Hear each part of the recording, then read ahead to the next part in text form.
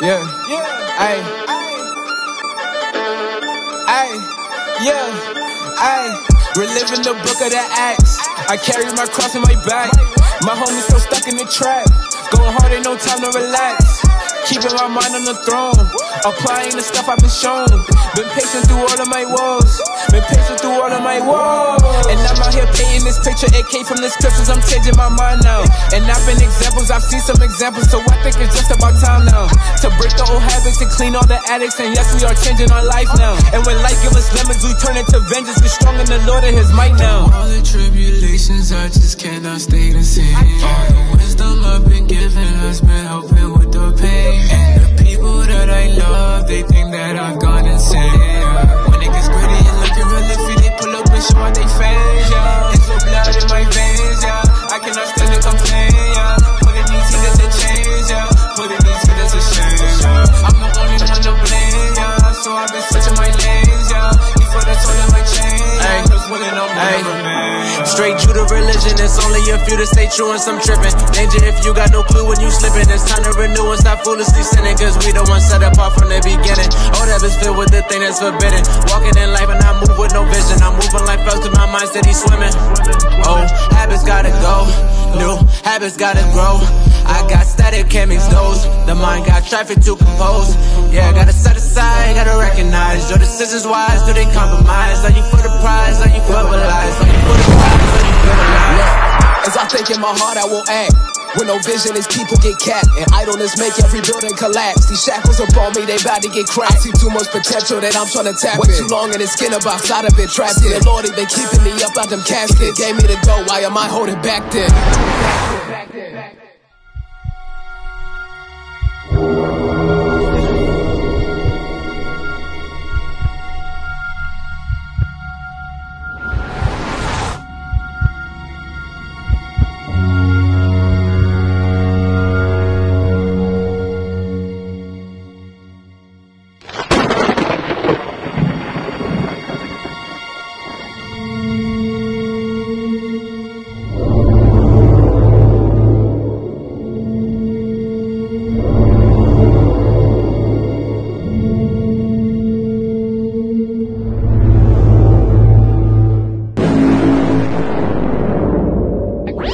Blessed be the ones making peace and no faction. I'ma aim in the sky, knock the wings off the eagle. On top of Pontius, where the pilot a crash land. Willing I get myself right and I put off these habits. They all feel the slight of my backhand. Lately I've been in a war with the man in the mirror. When tested, I pray and I'm passing. All the tribulations, I just cannot stay the same. All the wisdom I've been given has been helping with the pain. And the people that I love, they think that I've gone insane.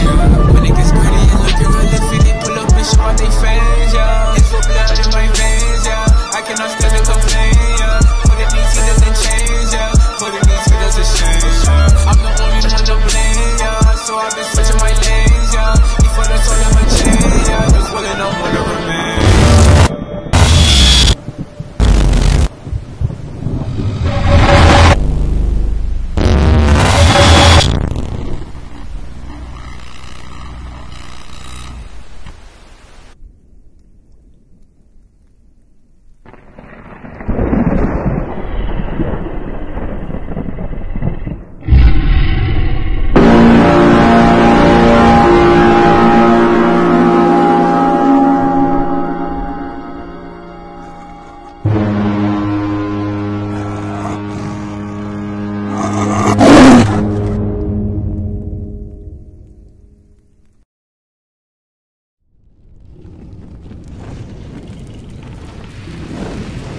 Jeremiah chapter 29 verse 4. Thus saith the Lord of hosts, the God of Israel, unto all that are carried away captives, whom I have caused to be carried away from Jerusalem unto Babylon.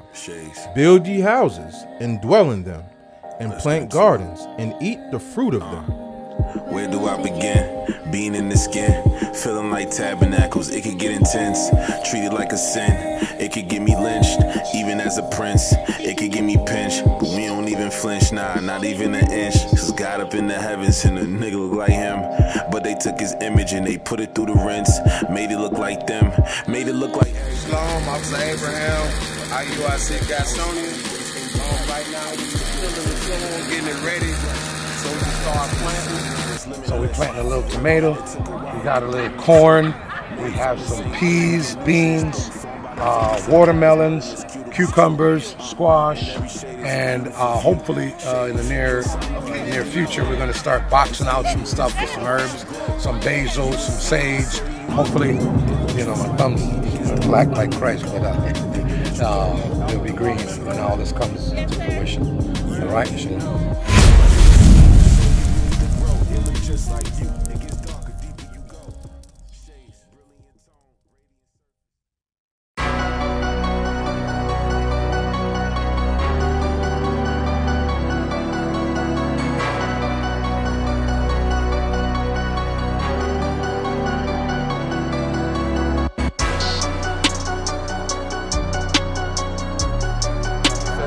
here in Syracuse, my hometown. It's very oppressed. Brothers got killed last night, just around the corner. Have a controversy with the inhabitants of the land. That means the Lord has a controversy, a problem with black people in Syracuse. Read, nor mercy. Nor mercy. Do brothers show each other mercy in this neighborhood? Yes. They didn't show that young black man mercy down the block last night. They didn't show him no mercy. He got gunned down. We done this. I done been. Listen, I've been in prison. Yeah. I debated this with many people. Yeah. Camp life. Yeah, we live this camp life. Show up in your hood with this good. Moses was the. Absolutely, we all believe it. We all believe it. He believe it. She believe it. We all believe it. We believe that. You can't tell us no different. Yo, look, she coming at you, my brother. I don't know you can't show us no facts. Yo, sis, you ain't answered one question he asked you. You couldn't answer one question he asked you, but you want to ask him questions. But yo, you CJ, can't answer yo, CJ, come out the car, brother. Come out the car and stand here and protect your faith. Yeah, we live this camp life. Yeah, it's do it down the ride, but it's camp life. This camp life. This camp life. Yeah, we live this camp life. Yeah, we put our lives on the line, but it's camp life. This camp life. This camp life. Yeah, we live this camp life. Yeah, we prophesy 365, but it's camp life. This camp life. I'm originally from Buffalo, New York, but I live here in Syracuse, New York. Basically, I want to see more of this because this is what our youth need. This is what our families need. This is what our culture needs. This is what I definitely need. This is what my family needs. Come through at least 3-4 times a week. Come through and just drop some knowledge on the community. And so we are descended on Syracuse to wake our people up. So it was a good collaboration effort today for all, neighboring camps for us to all come together and bring that word out today. Praise the Most High. It's always a good thing. Anytime that we can get the bodies or get the boots on the ground and come out here and bring out God's gospel, that's a glorious day. So I don't think Syracuse have ever seen us in that multitude. So all praise the Most High. We out here today.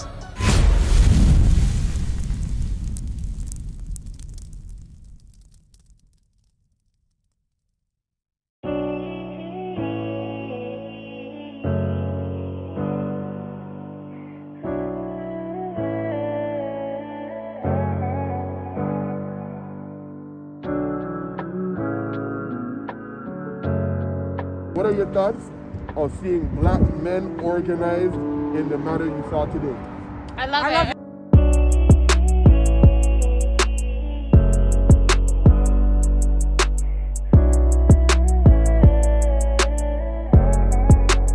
So if you're from the 12 tribes of Israel, then what does that make you? No, not Israelite, not Israelite. Who? What? Repeat that for me one more time, Abby. Israelite. Hey.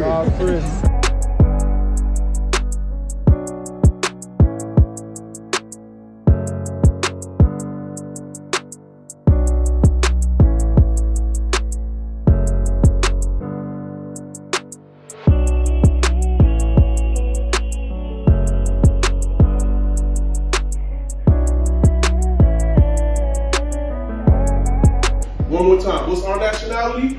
Israelites. What's our nationality? Israelites. What's our nationality? Israelites. Here's my next question.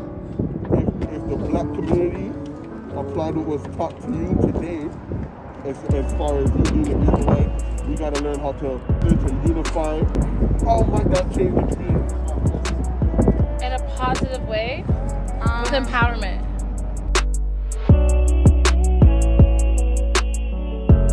now, based on what we have explained to the brother, is that now he knows who he is. So now, if I ask you, what is your nationality? Israelite. You are an Israelite. Yeah. From what tribe? God. There you go. There you go. You're good. You're good. Yeah. You knowing this now, you will strive and do your best to do what? To keep the commandments.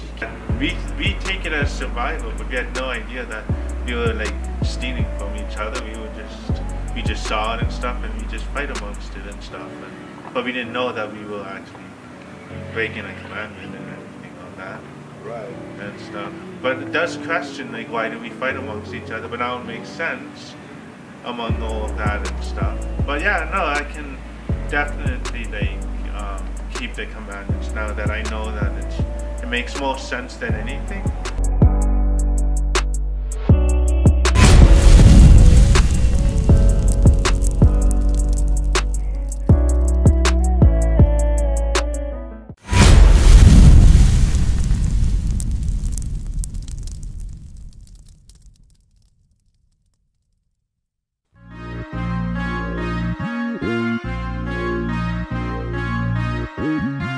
I'm going to show you and prove to you that the Israelites are black, were always black, always will be black. Nathaniel, yeah, he a prophet, sent back to the earth, back to the earth. He sent you to wake up the people and tell them, come out of the church, come out of the church. Be ready for war, as soon as they run to get out of the dirt, out of the dirt, hey.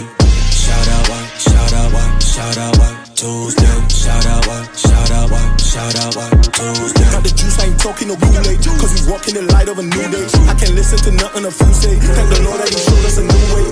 Shout out, white, shout out, white, shout out, white, Tuesday. Shout out, white, shout out, white, shout out, white.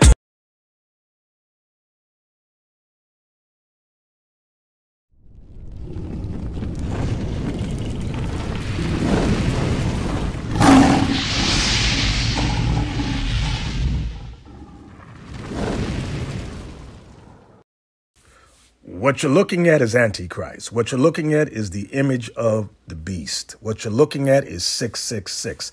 The white man, remember, has established his satanic religion, white supremacy, whether he calls it Roman Catholicism or he calls it Protestantism. It's the same evil filth.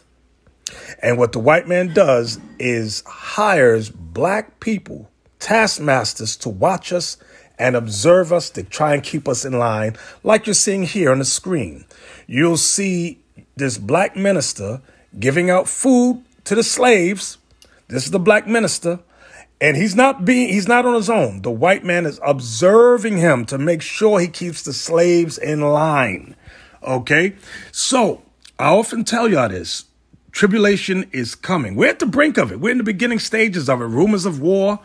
Okay, the pandemic, this is just the beginning. It's going to escalate. Once these blacks fail to keep the Israelites in line with their false narratives, the white man's going to come against us and slaughter and kill and imprison many Israelites. It's biblical. You can read about that in 2 Ezra 16, Matthew 24. Look, take a look at the black woman. She always got to be the loudest. Look at the white man observing the slaves, making sure they stay in order.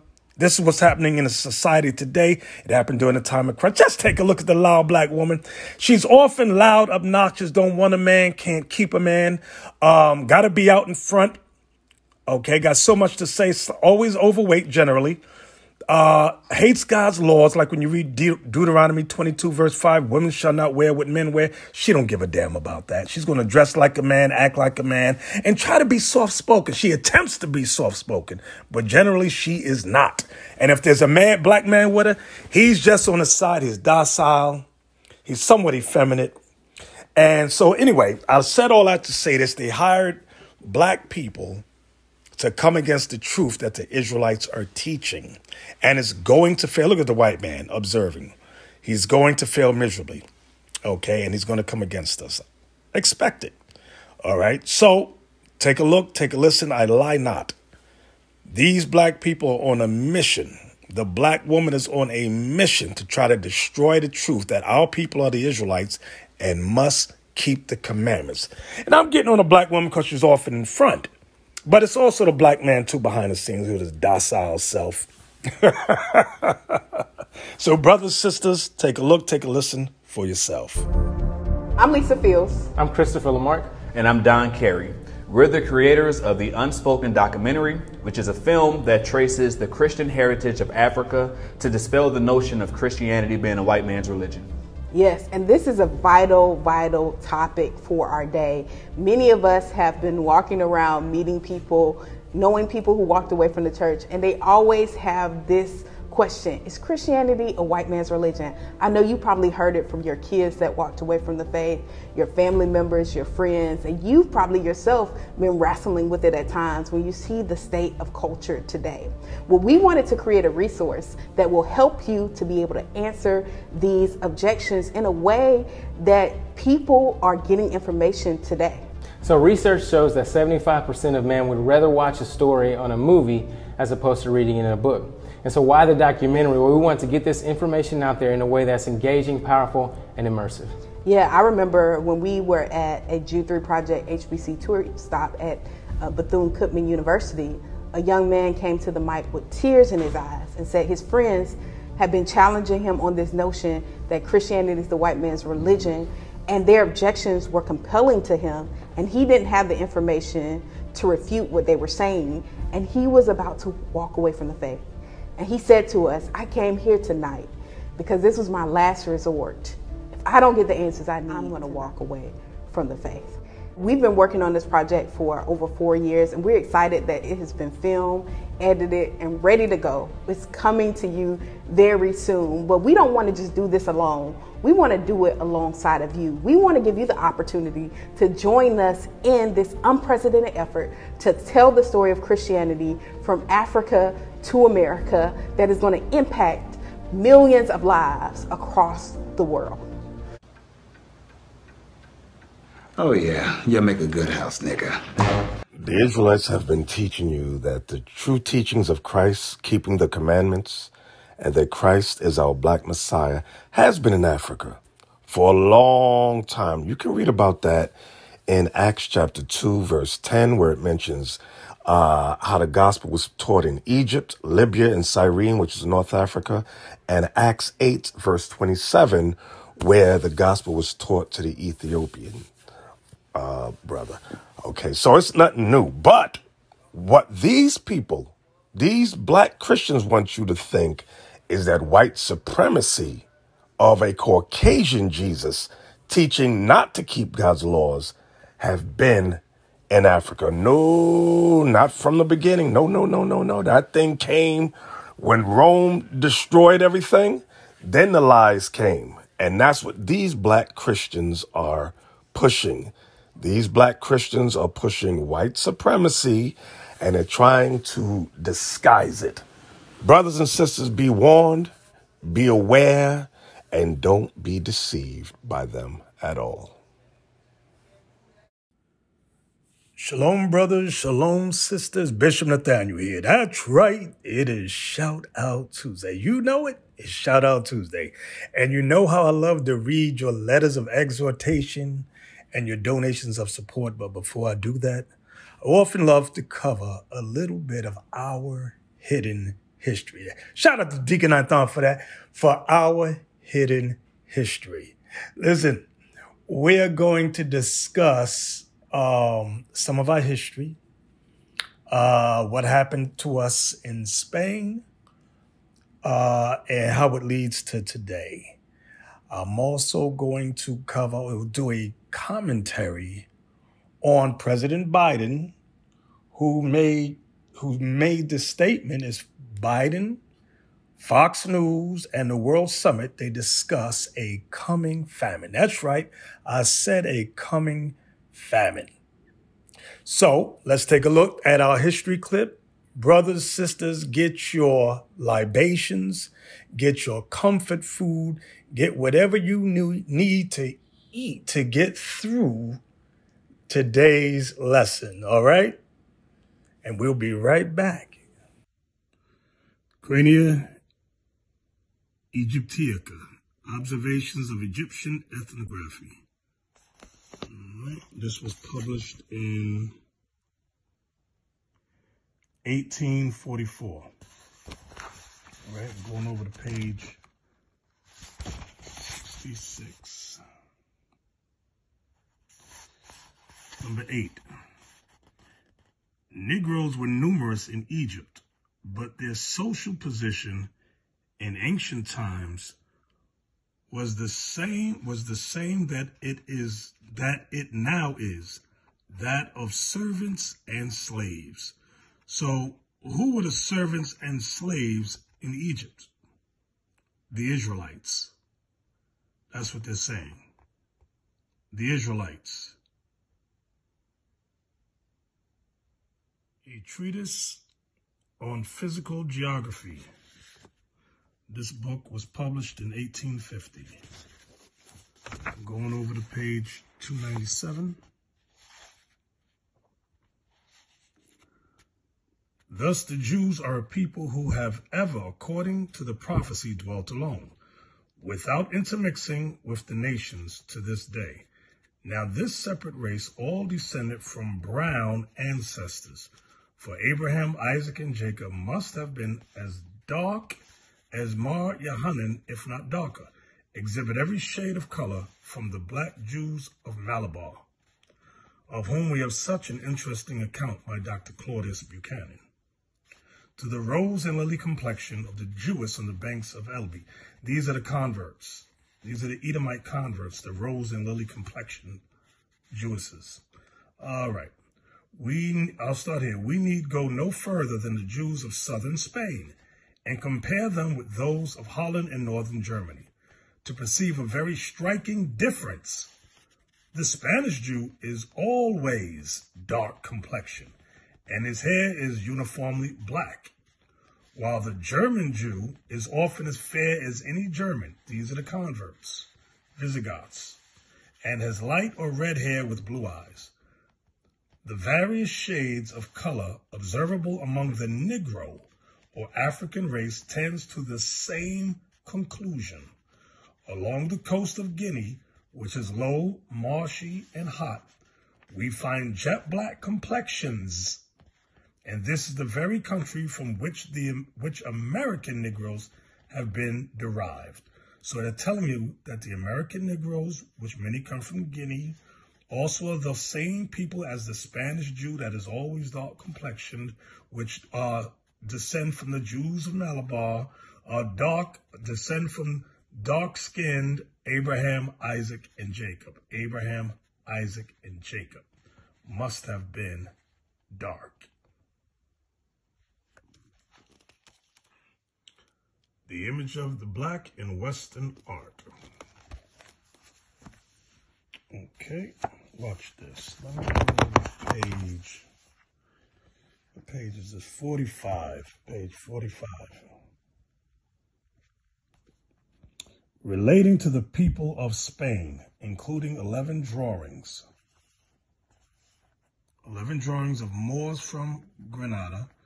Although Spanish Moors, the word Moors means blacks, were allowed free exercise of their religion after the fall of the Kingdom of Granada on 2nd of January, 1492, Isabella I of Castile, this is Spain, ordered on the 2nd of February, 1502, that they had to choose between baptism and exile, and the Inquisition was put in charge of their spiritual welfare. Whites drew the Moors, drew the blacks, who had chosen baptism and stayed. So if you got baptized in Christianity, you were able to stay in Spain. The Moriscos are Muslims that were forced to convert to Christianity. The Moriscos, carefully recording their features and individual characteristics. One of his drawings shows the street dress of a Morisco noblewoman, the others men and women, the latter in clothing worn either at home or in public. Now watch this. You see what right here says blacks, right? We got to turn the page to get to the next sentence. All right. Well, this is a drawing here, but the sentence continues here. Blacks, and in parentheses, it says morenos. This is the same word that our Latin brothers and sisters use today, moreno. It means black. Okay? Some books will say that the word moreno means swine, pig, or evil. No, moreno was a Spanish word that always meant black. And this word was used on the Spanish Jews, morenos. Okay? So blacks, morenos, were clearly distinguished from Moriscos. These Moriscos were Muslims forced to become Christians. Moriscos who were forbidden to have slaves for fear that they would convert them to Islam as recent converts, conversos, okay, whether Jewish or Muslim. So these conversos, whether Jewish or Muslim, were often suspected of heresy and relapse, meaning you might go back to your original religion, okay, faith, belief. One of the Whitehead's drawings shows a black slave carrying wineskin. The inscription states that in this manner, the Moors who have been sold carry wine in goatskins in Castile, that's Spain. If they run away from their masters, they have to work thus and wear chains. The slave is dressed in a red blouse with frayed white breeches, meaning pants. His legs are naked, but for steel-colored shackles, one of which is attached by a chain to his girdle. Black slaves are also shown in drawings, which illustrates a simple but ingenious device for filling barrels with water. I'm going to show you both these slaves. Remember, if we did not become Christians, they forced us to become slaves and exiled us. Look.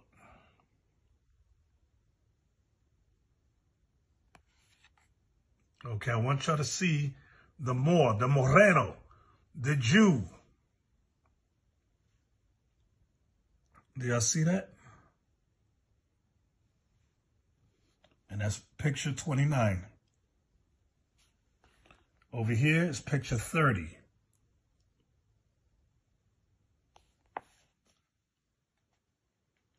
Okay, so now remember what we had just been reading, because you may have forgotten already, where it said we had to choose between baptism and exile. Okay, then Moors who had chosen baptism and stayed. Okay, now these were not, the ones that chose baptism and stayed, they were given their liberty. Okay. Watch. Let's go on now.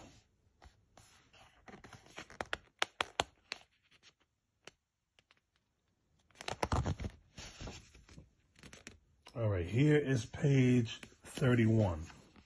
Not page, I mean picture 31. I want you to look at the picture. He's on a mule. This is a mule, a donkey, black man. Okay. Frayed white top with red top underneath it. These are his breeches. So, I want to see what they say about picture 31.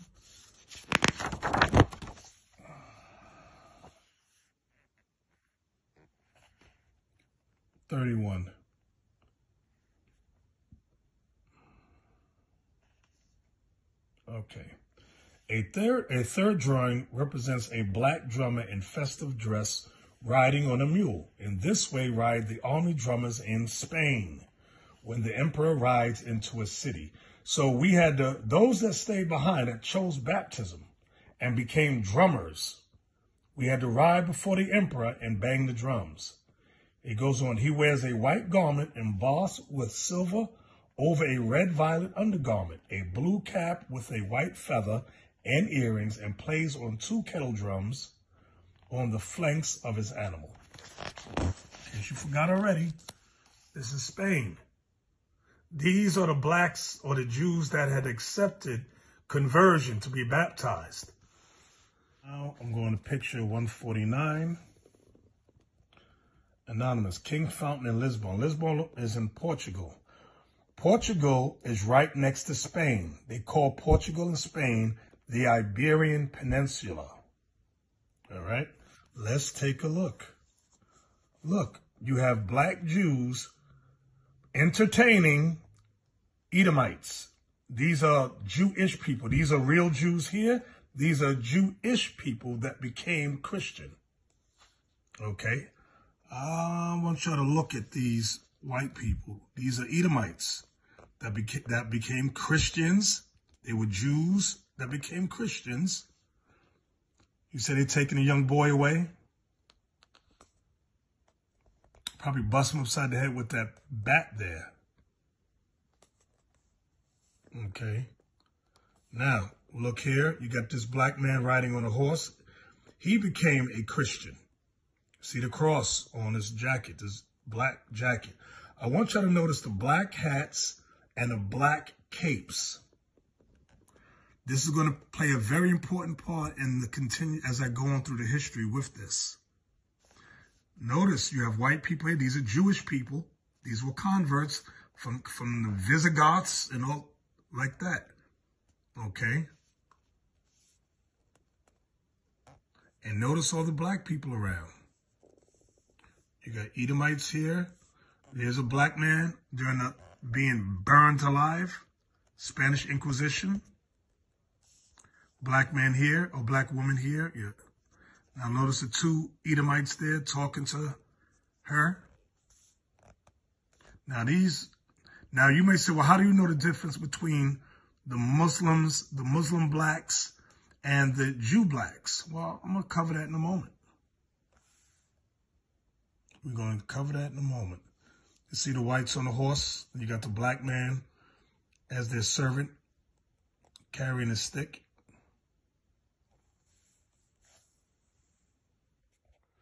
Jews, Visigoths, and Muslims in medieval Spain, 1994. I'm going to page 167. All right. Isaac Alfasi, or Fasai, see the hard sound, Fasai, was asked about those who wish to make clothing, such as the Genina, or Jainine,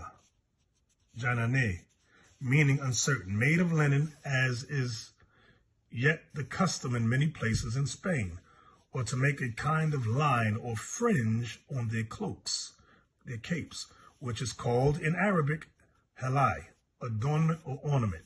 The question was whether this was permitted because of the biblical prohibition against mixing threads. If such a garment was of wool and decorated with linen and sewn with silk, the rabbi replied that if the threads were actually bound or sewn together, as in garments called alih or atras, possibly an error for atriza, embroidery, it is forbidden. So you couldn't have the fabrics interwoven like that. That's what the Bible makes mention of. But let's go down. Here's the point. Remember the question was, how can you tell the difference between those Jews and Muslim Moors? Watch this.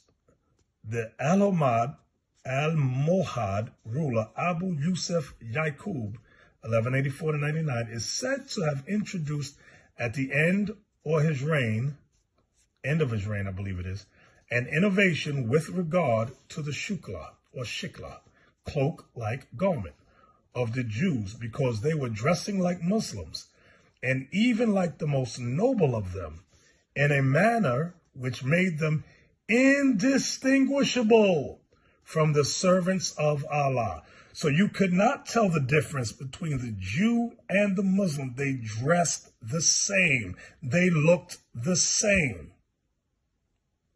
Therefore, Jews were henceforth required to dress in the fashion of mourning among Muslims, dark blue or black, and the size of the sleeves they could wear was limited, only long enough to reach the feet, and they were required to wear black cloaks, probably the telesan, and black caps. Remember, I just showed you in the book, okay, about the blacks that became Christians. They had to wear black caps and black cloaks. I know you forgot. I know you forgot already. Remember, I showed y'all this earlier. Black cap, black cloak. Black cap, black coat on black people. You see that?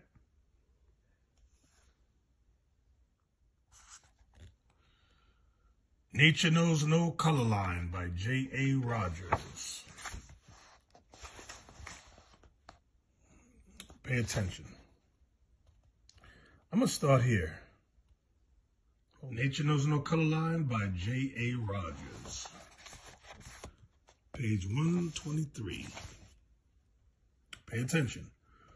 White says, an interesting gradation of all shades down to the black is exhibited by the Jews. Especially dark were the Jews of Spain and Portugal. The Portuguese Jews were very dark, says Pritchard. The Duchess d'Abrantes, wife of Napoleon's ambassador to Portugal, said that the Jew, the Negro, and the Portuguese could be seen in a single person. So dark were the Jews, especially of Portugal and southern Spain, that many whites thought all Jews were black or dark. Boom. What you gonna do with that? A Social and Religious History of the Jews by Salo Whitmire Barron. Late to Middle Ages, an era of European expansion, 1200 to 1650. This was printed in 1973.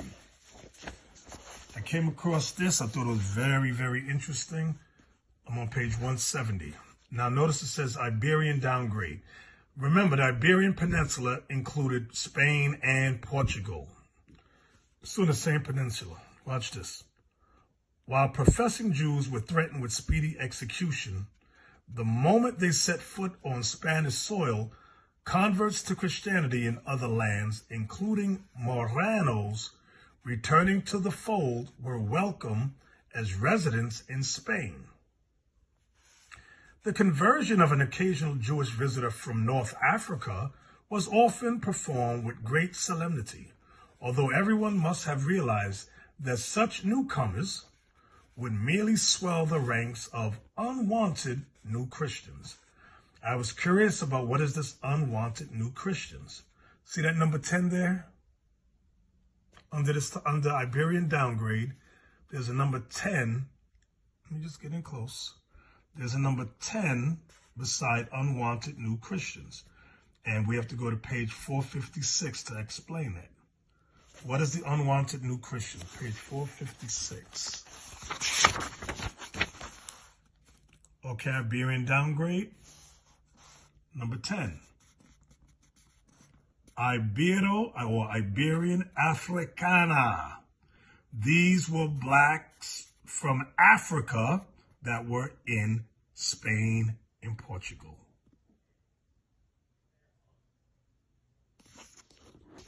So let's go on back.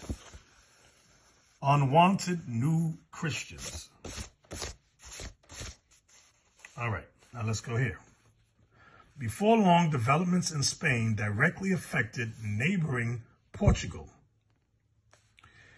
Yet, just as the Holy Office had considerable difficulty in establishing itself in that country and could not start large-scale operations until 1547, so did the doctrine of limpieza. The doctrine of limpieza. Limpieza is a Spanish word that means purity. Purity. I'm jumping down just for time's sake.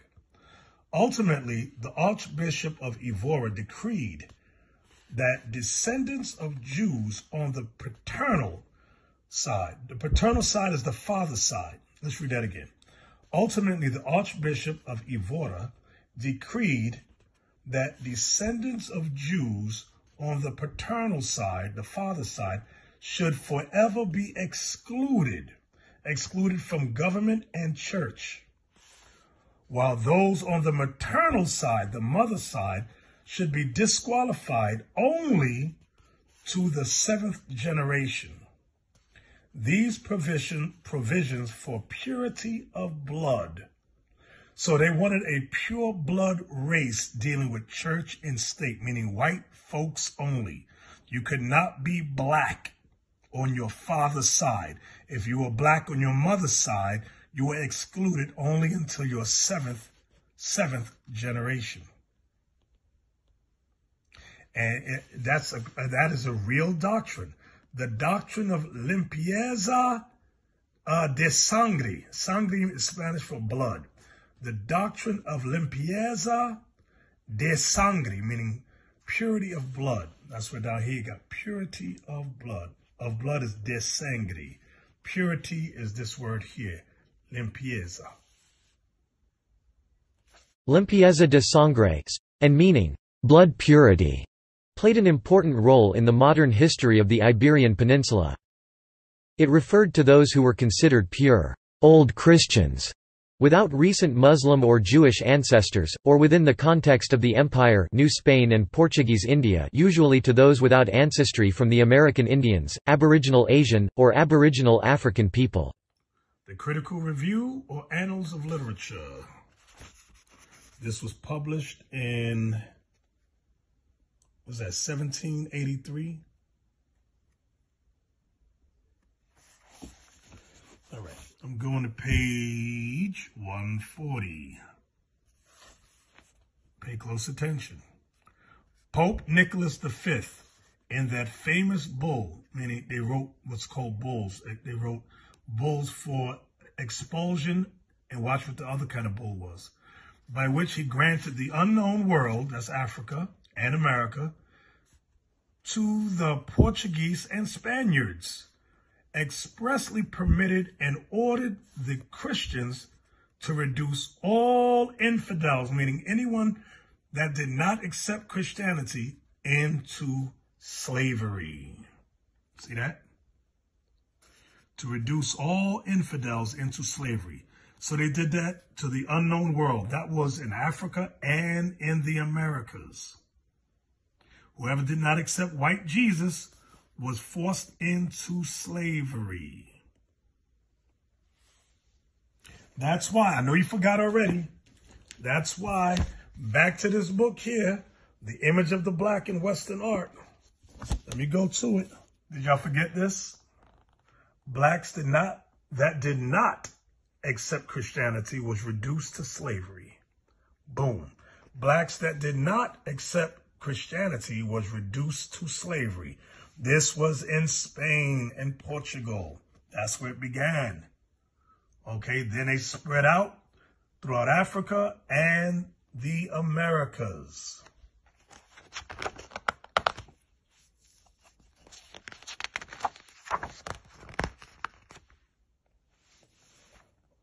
I'm on page 60. Watch this. We're going to discuss picture 41. Look at picture 41. Pull back.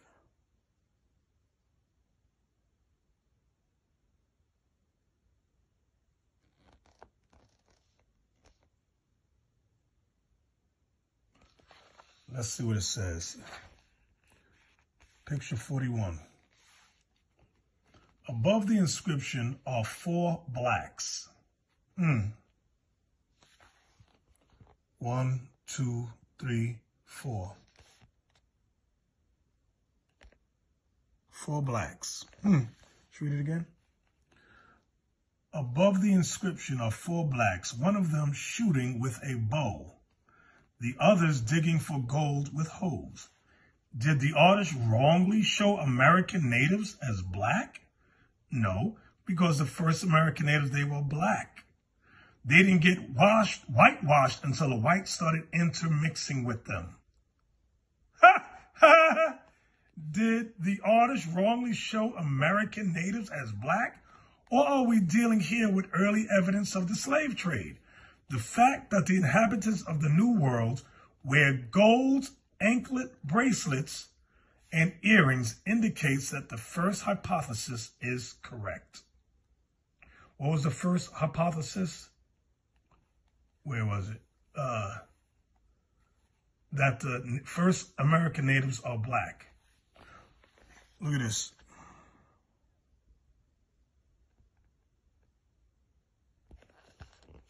bow and arrow.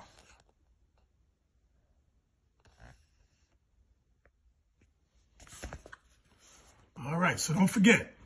Do not forget, Pope Nicholas V, in that famous bull by which he granted the unknown world to the Portuguese and Spaniards, expressly permitted and ordered the Christians to reduce all infidels, meaning unbelievers, into slavery.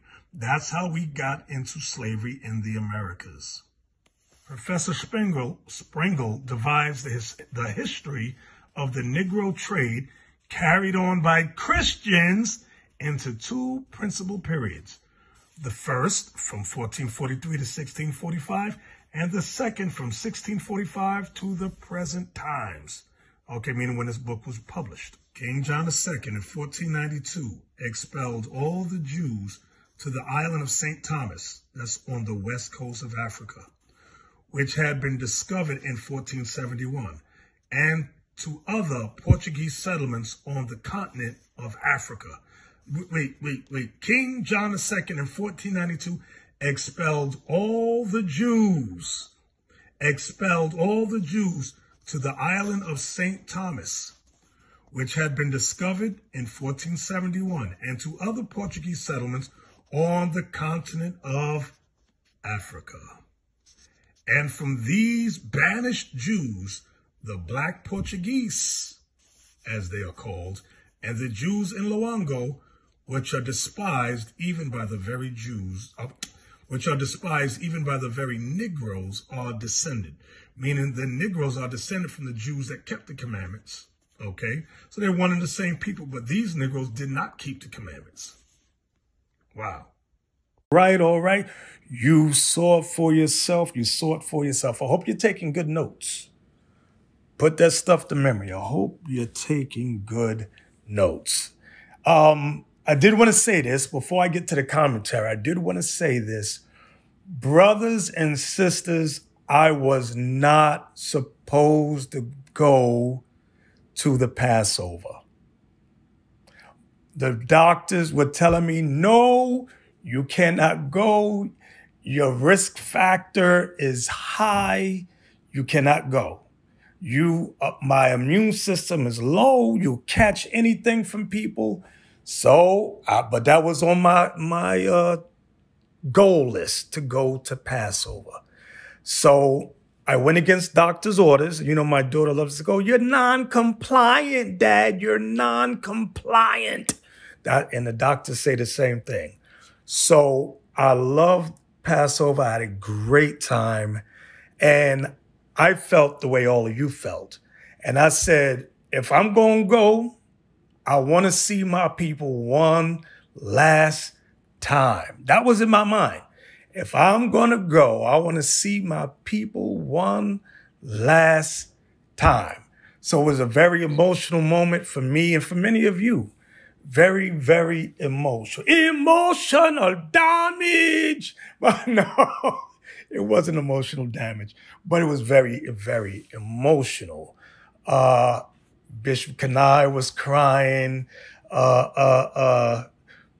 Former Captain Isaac, now Deacon Isaac, former Deacon Joshua, former Captain Joshua, now Deacon Joshua, he was crying too. That's right, I seen him.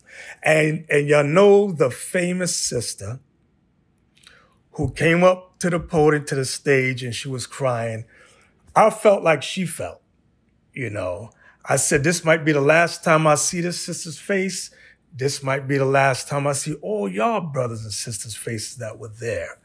And like I said, like we've always been saying, we weren't able to house all IUIC. They said we'd have to rent out like a football stadium or something like that. Nobody was big enough at the time available to rent out to us, so we had to go local. And just certain local schools came to the Passover that we had. But all the IUIC schools did celebrate Passover. So like I said, it was very emotional for me, for many of you. I loved it. As short time as it was, I did love the moment.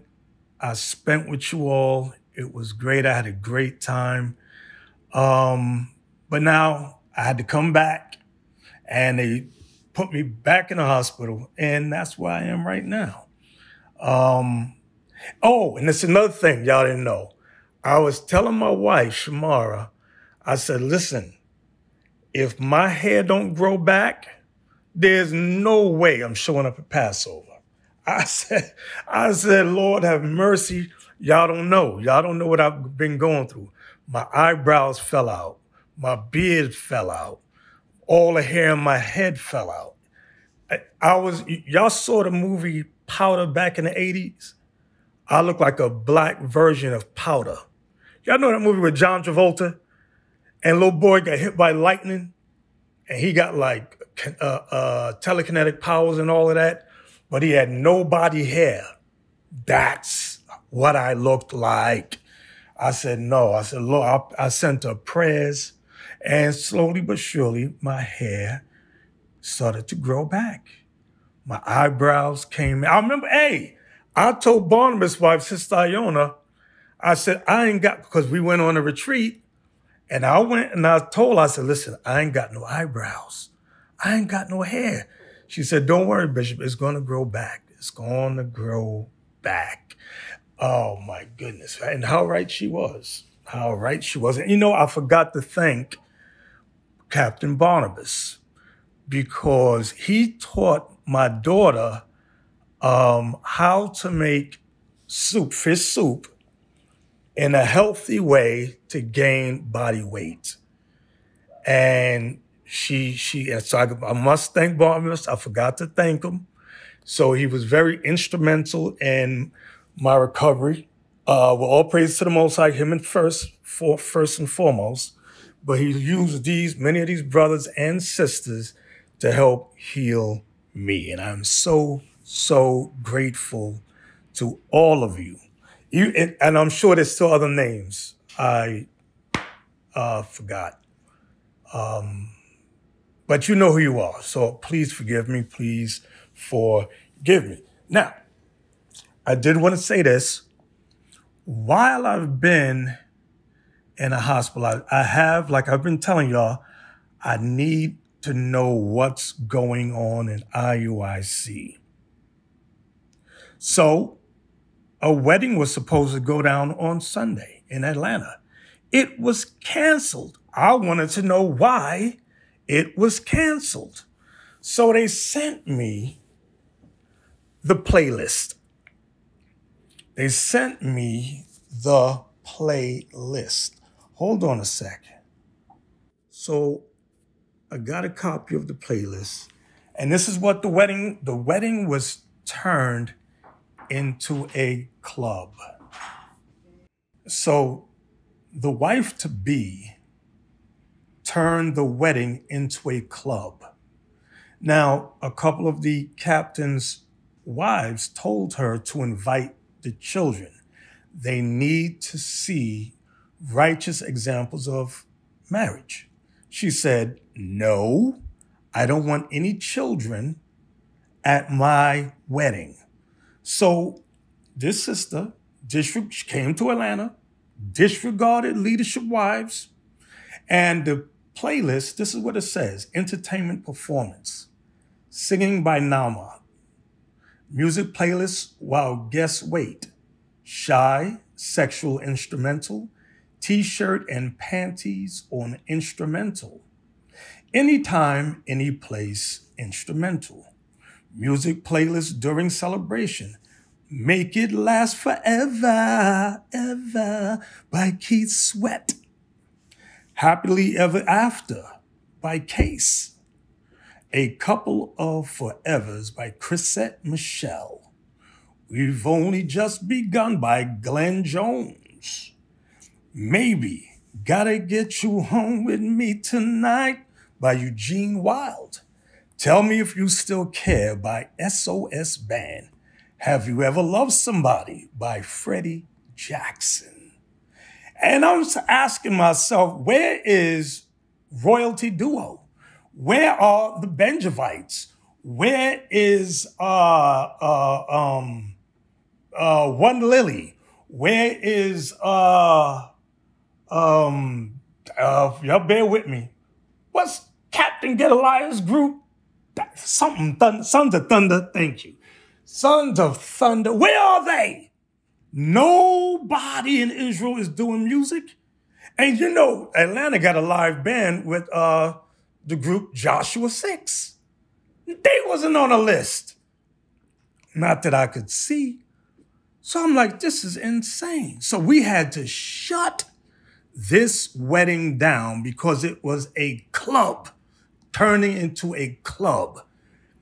So I tell you, I was shocked. I'm here in the hospital amazed. And I'm like, wow. So it got shut down. So I'm like, I call around. I'm like, so what is the husband? I said, did the husband have anything to do with this playlist? I was told no. This was all the wife's doing. But then they said that it was the husband that apologized for having all these people fly out to Atlanta. I said, wait a minute. Why did he apologize? He had nothing to do with this outrageous playlist.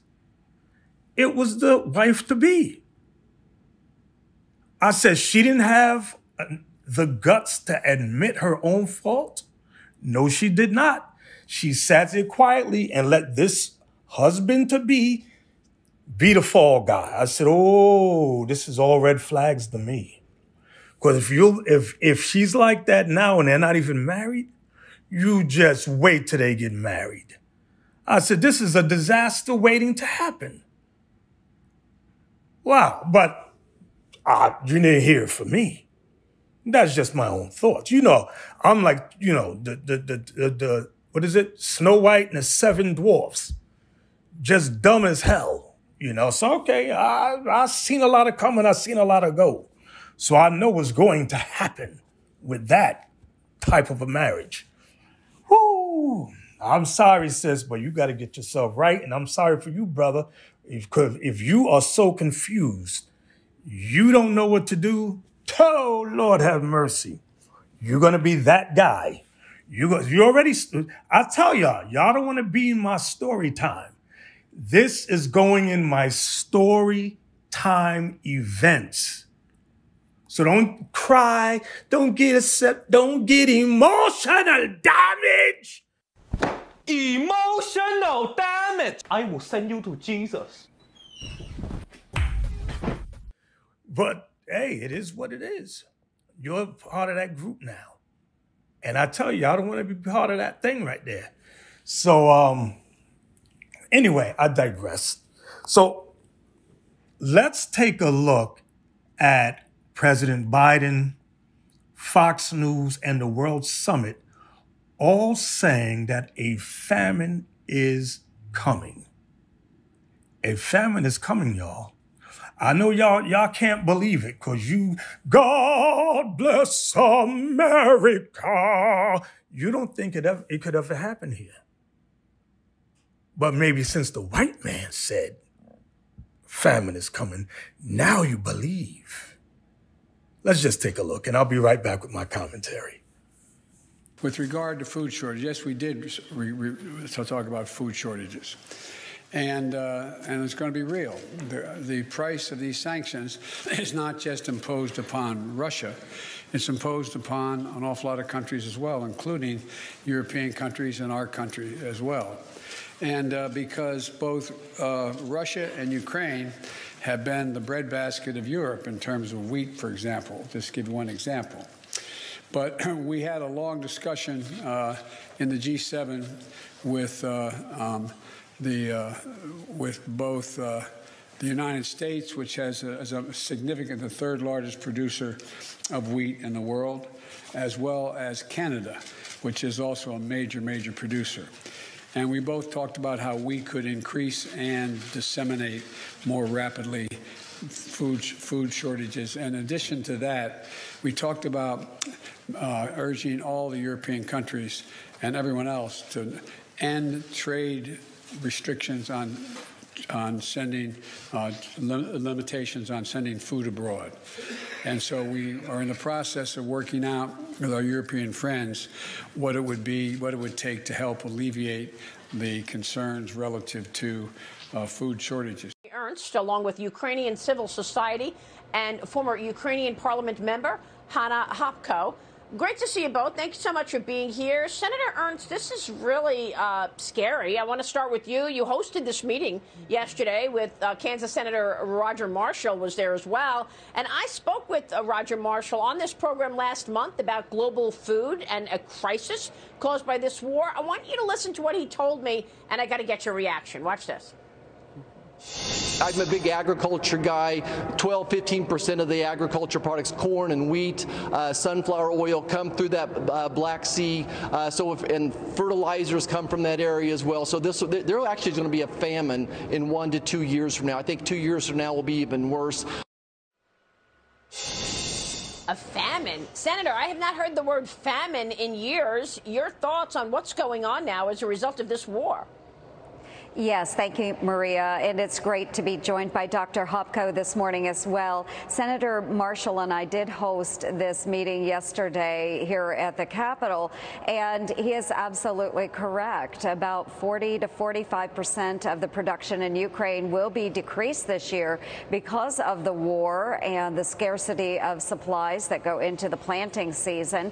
And we know that Ukraine also supports about 400 million people around the world with its food products. So we do see that we have an impending famine. And I've heard from David Beasley at the World Food Bank that he's now going to have to take from the hungry to feed the starving. What can you do about it, Senator? Well, again, I think that we all agree the quickest way to address this situation is for Ukraine to actually win this war so that they can get back to whatever normal is after this invasion. But simply supporting them with the lethal aid is a step forward. Additional sanctions on Russia, a step forward. But then there are ways that we can help provide diesel fuel, which is necessary for the planting season in Ukraine, because all of their diesel fuel is going towards the war effort. We can assist with other types of planting measures, but there are many things we can do. But bottom line, Maria, Ukraine must win this war and win it quickly. Senator, you make so many important points. I want to come back to that and ask you about the weaponry that they need and why they don't have it. But Dr. Hopko, let me switch gears and get your take on what we're seeing on the ground and what the consequences are of this. You heard Roger Marshall call it famine expected in the coming years. Thank you for this question, and thank you, Senator Marshall and Ernst, for organizing this important event. Why? Because famine, it's a word well known in Ukraine, because in last century, Stalin organized artificial hunger, famine. It's genocide against Ukrainian people. And now Putin is using Russian aggression against Ukraine to organize a famine worldwide. Why? Because if Ukraine planting season is at risk, it means that people in Middle East, in Africa, in Asia, which depends on Ukrainian food, corn, sunflower, wheat, so they will face hunger, and there will be a refugee crisis. And this is why I agree with Senator Ernst that the faster we receive weapon, we unblock Ukrainian ports, because many American companies, they bought millions of tons of wheat and other agriculture commodities, and now it's stuck in the Odessa and other ports of Ukraine. And we need anti-ship weapons, and also to demine the Black Sea, what Russians also are doing. They are creating economical and global food crisis. Well, I mean, look, I don't know, Senator, are our priorities off? I mean, look, when you consider what we're talking about here and the fact that we're so reliant on foreign countries for so much, even food. I mean, Ukrainian President Zelensky told the Irish Parliament yesterday that targeted Russian strikes are aiming to destroy civilian infrastructure, cause widespread hunger. Listen to this. They also consider hunger as their weapon against us ordinary people, as a tool to dominate. Ukraine is one of the leading countries in the global food market. Without our exports, it is not simply a shortage, but a threat of famine for more than a dozen countries in Africa and Asia. I mean, now we're talking about famine and food shortages. Yeah. Do you think maybe the administration might want to shift priorities toward getting production facilities back to America so that we don't have to rely on foreigners for our food as well as our medicine, rather than prioritizing electric vehicles? Yes, Maria, absolutely. I think this administration has a lot of priorities that are just simply wrong for the American people. And certainly you bring up the electric vehicles. Well, we need to unleash American energy. That's so important. Bring production back to the United States. We are very fortunate here in the United States that we are able to produce the food that we need. And that's exactly what Ukraine does as well. It does grow and produce the food it needs. But Ukraine and the United States are very similar in that we export much of what we can grow and produce to those countries that can't produce the types of food products that we do. But you're absolutely correct. This administration has bent to the far left. They are following a deranged climate policy. And because of that, they've lost sight of issues that are important to the American people. And certainly, going back to lethal aid, we have to make sure that Ukraine wins this war. Why are there weapons that are not there yet, that they're still waiting for? What's the holdup, Senator? Yes, and this is a question that was posed by Dr. Hopko and the group of Ukrainian civil society leaders that we met with yesterday. And we are pushing as Congress to make sure that we have the funding for lethal aid. And so there seems to be a slowdown, whether it's through the DOD or our NATO partners, but they have asked for the equipment that will help them win this war. I am adamantly in favor of making sure that we are providing everything for the Ukrainian men and women to be victorious. Well, thank you, Senator, for that. Senator Ernst will be watching your efforts. And Hannah Hopko, we so appreciate you joining me. We just surpassed this pandemic, or still are working on it, but our food systems went into a very turbulent phase in this phase, and now we're heading to the next crisis. And I can only say that it shows that our food systems are vulnerable. It shows that water, food, energy are inextricably interlinked. It shows that we need all hands on deck to be able to transition into more efficient and more resilient food systems, and we need to accelerate our efforts even more than ever before. If I look at what we've done in the UAE, we developed a national food security strategy already early on before COVID hit us. With that, we were able to maneuver through the crisis.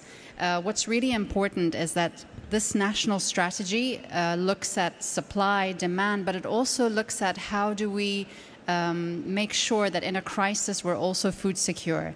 And I'm happy to say that during the pandemic, the UAE really showcased that even though we're not an agriculture country and we're very much dependent on food supply chains globally, we were able to diversify food sources. We were able to tap into new markets. We were able to step up technology, harnessing technology in the country to build or start building an ag tech sector. And you can hear through the conversations, those who are living here in the UAE are now enjoying things like berries here, grown in the UAE, fish, vegetables, premium quality vegetables. And it really showcases that even a country that is water scarce, that is arid, that has high temperatures, is able to navigate through these hard times. And we want to make sure that the UAE is known as a food trade hub, but we also want to make sure that the UAE now becomes a nucleus or a center for innovation and technology to export technology and knowledge, because we have the means to do so, and we also feel it's our responsible duty to do so. And what's happening right now the oil and gas price hikes is having a huge impact on our food supply. Just to let those of you know who may not think about it, fertilizers, an input of agriculture, is a byproduct of oil and gas. And the prices have shot up 4 to 5 times. Then we have the transportation, which is being also affected right now. Ukraine and Russia are grain house of the world. So it is really important that we put our minds together, build partnerships, exchange knowledge and transfer to really push this to a new level. Otherwise, we're going to face another crisis, which we don't want to face. Yeah, sure. Especially about, you mentioned Ukraine and Russia, they're like responsible for about 30% or more of the grain products itself. Mr. Gilbert, accordingly, how can we reach a more effective global cooperation in this, or facing those challenges? Well, first of all, thank you for inviting us. I just want to compliment what Honorable Minister was saying. You know, if we take a step back, 2019 or before, we have been crippling with the climate change and the impact of it. Secondly, we have also been crippling in different parts of the world with not only the consequence of the climate change in terms of floods or drought or what have you, but also with conflicts in different parts of the world. Then we jump into 2020 with COVID-19. And now we're talking obviously about the crisis in Ukraine and its impact on the food system. The common line I'm trying to draw from that is what? Is the need to build resilience. We will have, unfortunately, and I hope to be wrong, but we will have other crises. So we have to really build resilience. And building resilience essentially is the long-term, sustained, constant investment. We are unfortunately used to a reactive mode. Of course, the humanitarian response, which is crucial and which is unavoidable, tend to absorb a lot of resources. In fact, there's more or less a ratio of 1 to 7. $1 that we invest today for long-term sustainable development will help us avoid equivalent of $7 in terms of crisis management or humanitarian management later on. So resilience building, I don't think that we could insist enough onto it. Secondly, and I'm very, very, very pleased about the example that Honorable Minister Mariam was mentioning, is the need to also diversify and being able to not be solely dependent on either from one region or from one commodity on that. So, and what we saw during the COVID 2020 is when the transportation system came to stand still, again, the price going up, and the producers not being able to have access to the input. So the domestic or national production coupled with strategic imports is going to be crucial. Maybe the last point that I'll make linked to that is the development of the productivity dimension. One thing is to increase the production at national level.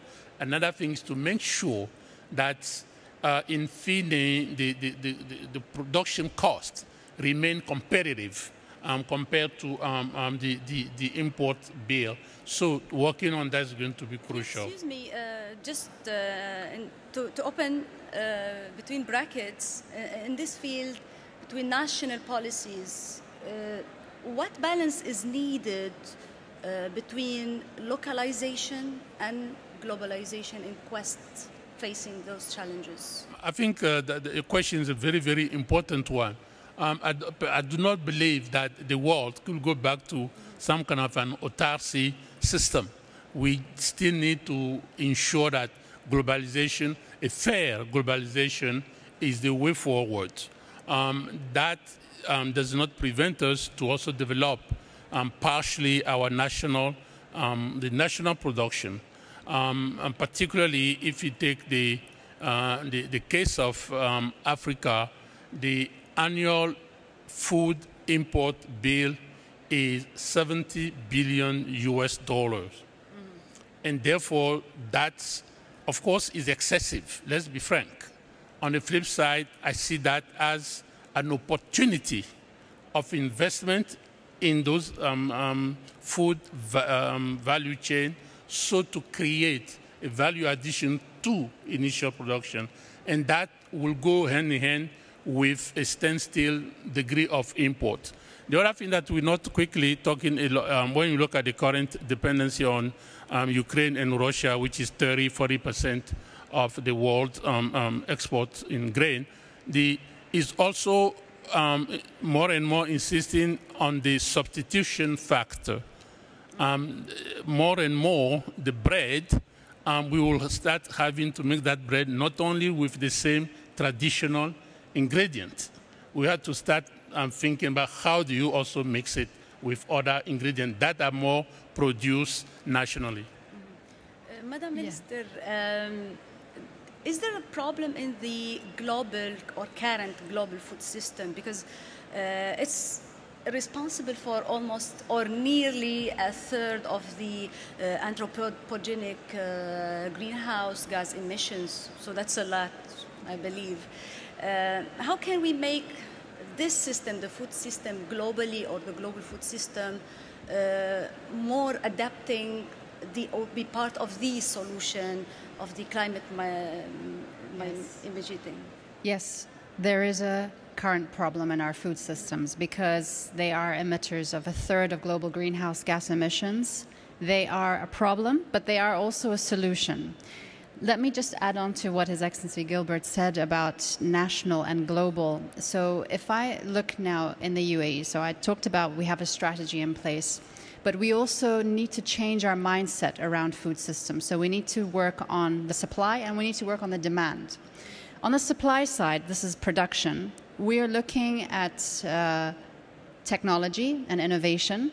As I said, we're a country that's water scarce, that we don't have arable land, but we looked at how we can now use technology to grow foods in the UAE. And we've managed now to attract youth, attract women into this new, I call it, ag-tech sector. But in doing so, we have to change the blueprint of our country. And changing a blueprint of a country where we've been doing this or doing a kind of activity for many years takes effort. It takes a country effort. So now when a company comes and says, I want to set up a farm in the middle of the city, I just need a small space, but I want to grow food. Now you have to think of, okay, will land be granted to that person? Will that person be able to access finance? Will that person be able to get that activity on their license? Basic things like that we had to change within our system. Then we need to excite the youth about this new way of growing food. And I like to call them not our new farmers, but our agri-technologists. I like to say to them, you love food, you love technology, well, this is where you have to come into. And when you see, we've now launched Food Tech Valley. Food Tech Valley is basically our Masdar city for food. This is where we want to develop new technologies, new innovations, so that we, as the UAE, can also help other countries who face the same challenges that we do, that have water scarcity, hot, arid climates, and we see it as our duty to do so. In doing that, we'll be able to enable a lot of our partners to lift to more sustainable, more resilient, climate-resilient food systems. When you look globally, partnerships is so important. And we launched Aim for Climate at COP26. Aim for Climate, I'll just tell you the idea behind it. So when we went to Secretary Vilsack of the United States, so we did this together with the US, we said to him, we would like to do an agriculture vehicle or a program to get other countries on board so that we can accelerate countries' commitments and financing to change their food systems into more sustainable ones. At first, they were like, what does the UAE want to do on agriculture when you're not really an agriculture country?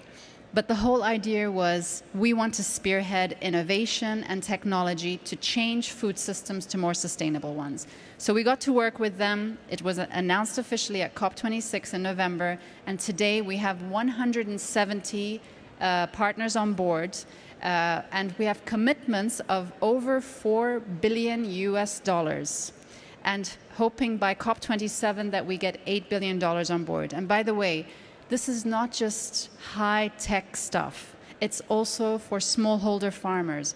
It's also new efficient irrigation systems. So it is an invitation for all countries and partners to come on board. This is a platform to exchange knowledge. This is a platform where we have innovation tracks on some things that are really pressing. And so this is an example of how we need to work together to solve our food systems problem. And the crisis we're in now gives us an urgency that we need to move even faster. And you have to always see that a crisis opens up opportunities.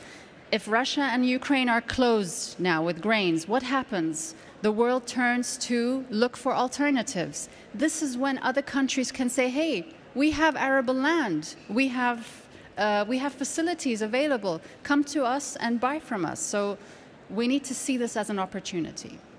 And very impressive about this innovation from UAE and the success as well.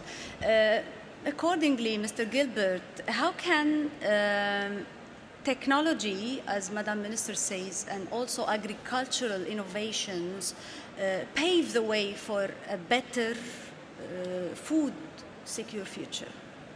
No, very clearly, I'm very, very pleased that Honourable Minister Mariam brings that on the table. Technology is going to be key element, and I will link that to the productivity challenge that I was mentioned earlier. And this is not theoretical. We have seen that starting 2020, after the COVID, that not only technology is what has helped the global economy to keep moving, but even in the small scale producers perspective, in the rural area, technology has been a savior, or the lack of technology has been the issue on that. So clearly, that's why I always very admiring what UAE has been doing for many years now in advancing the technology research dimension. So I would like to insist in one thing, that technology has to be made available and affordable. And as we're saying, we're not talking even about drone or big equipment, sometimes very targeted, just to help the small-scale producers to know the quantity of water to use, to know what the best time to plant, and to know what is the right ingredient in terms of fertilizer to use. All of that itself help tremendously. Then you move fast forward to transformation and access to market, where technology again is going to be crucial in fixing the food system. Yes, great. Madam Minister, I'll finish with this question about the smallholder farmers. Actually, they are key in the food or global food system, and they're producing or responsible about nearly the third of the world food. But at the same time, they're vulnerable. They're in the front lines of this crisis or climate crisis directly. So what more can be done to support them, to support this way, this path, especially in the low, middle income countries? The smallholder farmers are so important for our food system solution. And apart from technology, two more things I would add to that. The smallholder farmer has to have access to finance. That's so important. It's also not just about availability of finance, because there are so many funds that I can talk about that the UAE has done, but access to finance is again another issue. Second or third, because technology was one, so access to finance. Third is upskilling the farmers so that they know how to use the technology, because having technology, being able to buy it, but then being able to use it is another thing. So we have to think of these three essentials to uplift the smallholder farmers. And this is also part of the Aim for C initiative. There is an innovation track, especially for smallholder farmers, which we are spearheading. And I'm really excited, and I'm hopeful as well that in the next few months we'll be able to announce some tools that we can give the smallholder farmers to alleviate them from their situation. Thank you so much, and thank you for being with us. Please stay tuned for the next session.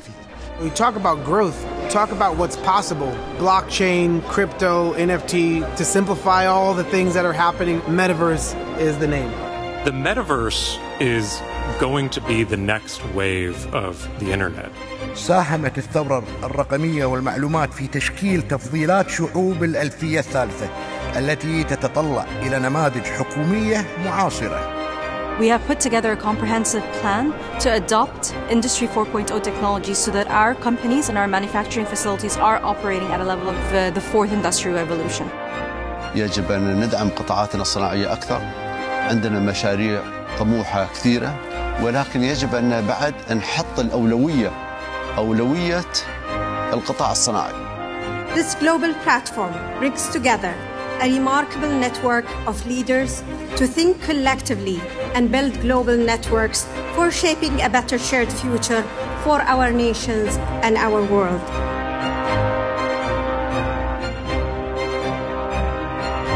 The woman in the UAE, remember the summit's taking place in the UAE, and she was bigging up the UAE, United Arab Emirates, and saying how they've made many technological advances.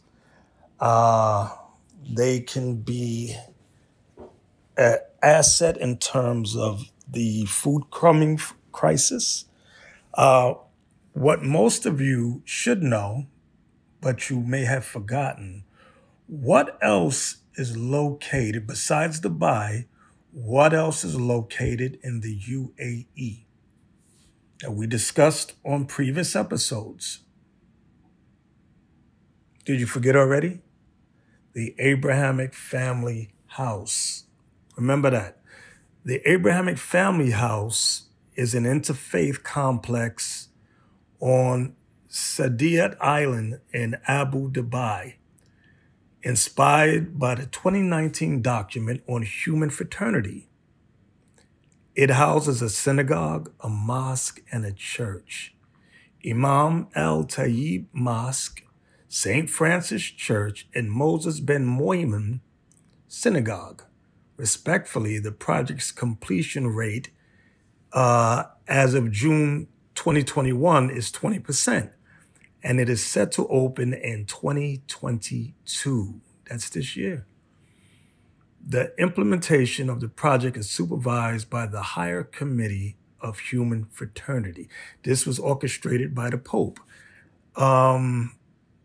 and closely followed by Pope Francis of the Catholic Church and the Grand Imam of Al-Azhar, Ahmed al-Tayyib. These were the two originators, mainly the Pope, followed by this Muslim guy. And remember, they have a Jewish synagogue, Moses ben Moimen Synagogue. All right? So that's what they're not telling you. It's a new idolatrous system starting in the UAE.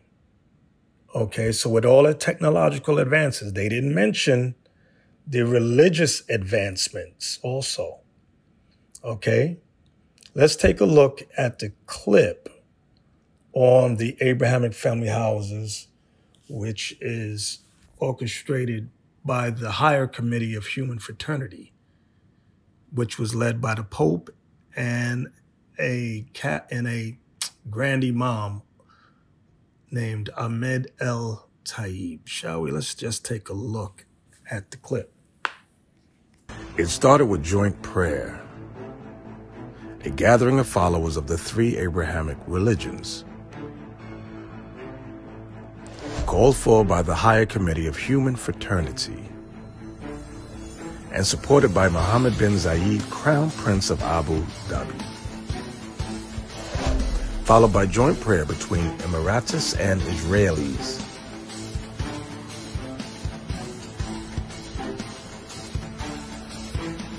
Then a plan to build a multi-religious complex in Abu Dhabi was revealed.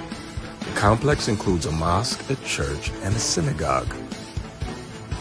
All these initiatives are led by the United Arab Emirates and the Pope as part of its role in promoting a new Abrahamic alliance. Jews praise Ibrahim, peace be upon him. Christians praise Ibrahim, peace be upon him. Muslims praise Ibrahim, peace be upon him. So Allah the Almighty spread Ibrahim's love among all these sects, the people of the book, along with the religion of Islam. That is why it's called the Abrahamic house, a new religion based on mixing together Islam, Christianity, and Judaism and erasing their differences by reinterpreting religious texts under the label of reforming religious discourse. But the concept was rejected by the Sheikh of Al-Azhar in Egypt. These claims, even if they appear from the outside like an invitation to human exchange, but is in fact a call to erase the most precious possession of humankind, which is freedom of religion, freedom of belief, and freedom of choice. The UAE, United Arab Emirates, is the most prominent supporter of the idea of establishing a unified international religion. Those who dream of spreading it see the religion of Islam as the last obstacle to achieving this dream. The question is that Islamist ideology, whether it's of the Sunni Brotherhood through to ISIS, the Shia version represented by the Islamic State of Iran, the question is, how do you defeat that and end up with a region in which people are educated to be open-minded? In 2014, the United Arab Emirates established the Forum for Promoting Peace in Muslim Societies, headed by Sheikh Abdullah bin Bayah, who participated in the Abrahamic Initiative Forum in December 2020 at the invitation of the United States Department. Then in 2019, it launched the Alliance, with the signature of leaders representing the three religions to announce their intention to open what they called the Abrahamic Family House as a center for mixing between all religions. Is the UAE promoting a new religion? All right, you saw it for yourself. You heard it for yourself. I want to open up with Matthew 24, verse 7. All right, this is what Christ said. For nation shall rise against nation.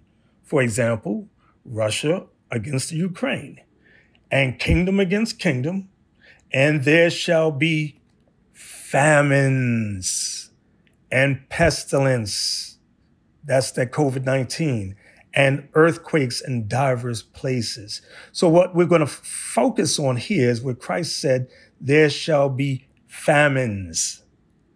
All right? Famines. Now, what did he mean by that? Okay, now remember let's go to Acts 11. Acts 11, an example of famine. Watch this. Y'all bear with me. Do you know, I forgot to tell y'all this. I got to digress just for a moment. I'm sorry. While in the hospital, and I'm hearing all this stuff, do y'all know I had a 2-day memory loss? A 2-day memory loss. I didn't know what city I was in. I didn't know what hospital I was in. They asked me, did I know what a clock? I didn't know what a clock was. They asked me my name. I could not remember my name. Y'all don't know. I've been catching hell on earth. I never suffered memory loss. And I did, for I had 2-day memory loss. You know, speech was slurred. The brothers was even coming by and entertaining me. And I know I'm not, they're asking me questions in the scriptures, and my responses were not my usual responses. It was slurred speech and try to go here. You know what I'm talking about, find it. Y'all got to pray for me, please. Anyway, okay, let me get back to the famines now. Sorry, I just had to tell y'all that. Acts. Oh yeah, my memory's back now. Thank the Lord. Thank the Lord. Acts 11:27. Watch this. And in these days came prophets from Jerusalem unto Antioch, and there stood up one of them named Agabus, and signified by the Spirit that there should be great dearth, that means famine, throughout all the world, which came to pass in the days of Claudius Caesar. Wow. Then the disciples, every man according to his ability, determined to send relief unto the brethren which dwelt in Judea, which also they did, and sent it to the elders by the hands of Barnabas and Saul. Why is that very important? Because that was the famine, the beginning of sorrows, the famine that Christ was prophesying about. But what I want you to notice is that it came to pass, look at the bottom of verse 28, which came to pass in the days of Claudius Caesar. Claudius Caesar became Caesar around the year 40 AD, something like that, 41 AD. When did Christ die or was crucified? At the age of 33. 33 years young, he was sacrificed. Then, about 8 years later, when Claudius Caesar became emperor, that's when the famine came to pass. So I said that to say this. There's an expression that says something to the likings of, white people think years in advance, whereas black people only think 15 minutes in the future. White people think years in advance. Black people can only think 15 minutes into the future.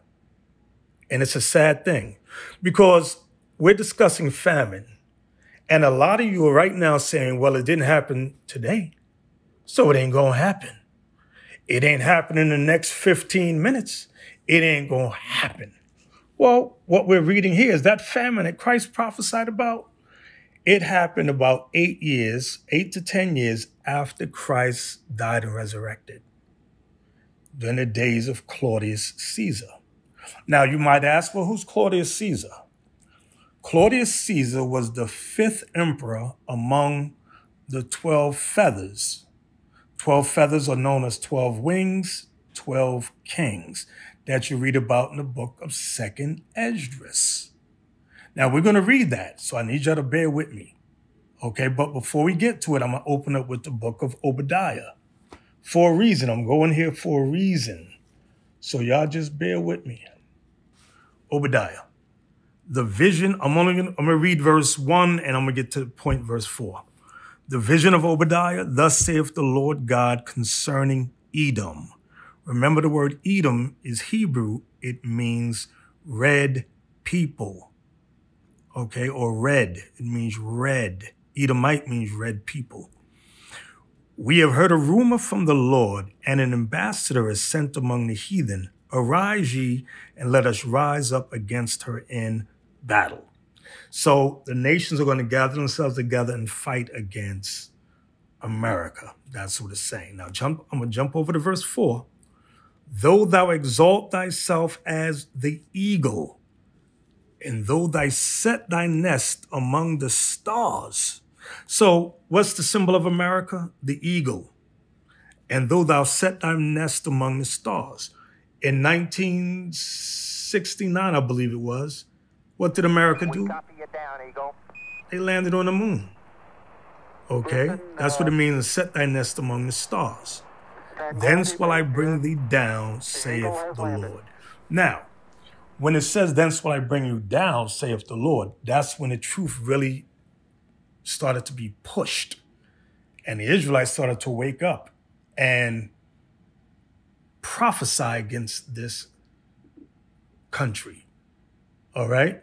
It's not, I got to say this, you got people teaching that means the America would lose the wars against Vietnam, for example. Let me tell you something. America did not lose the Vietnam War. Do you realize that America wiped out Hiroshima and Nagasaki, 2 cities?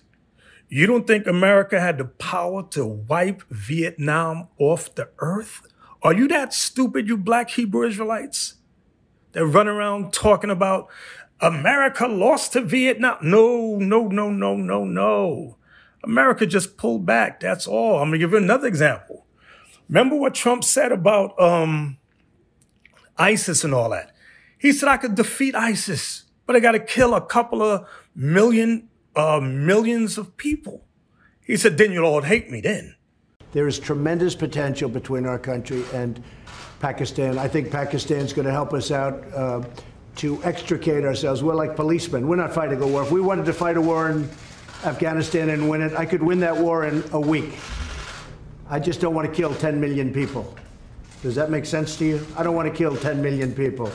I have plans on Afghanistan that if I wanted to win that war, Afghanistan would be wiped off the face of the earth. It would be gone. It would be over literally in 10 days.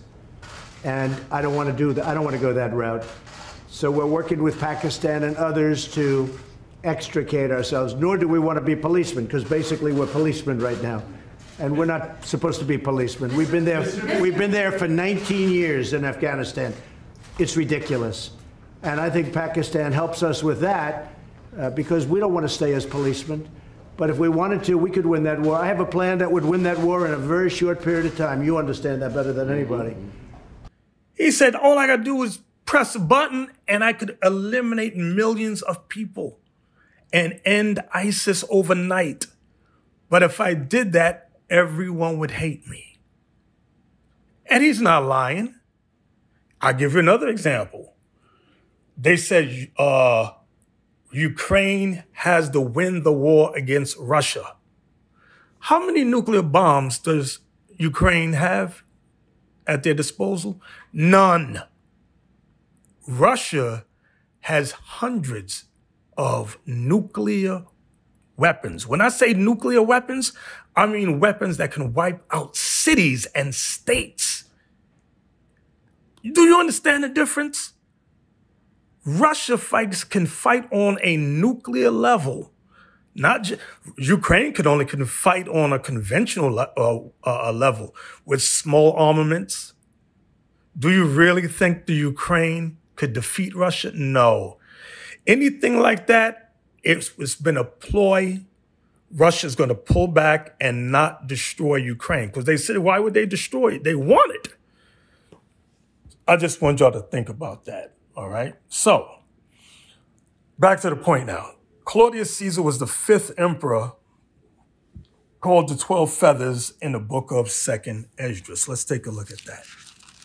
Pay close attention. Pay close attention.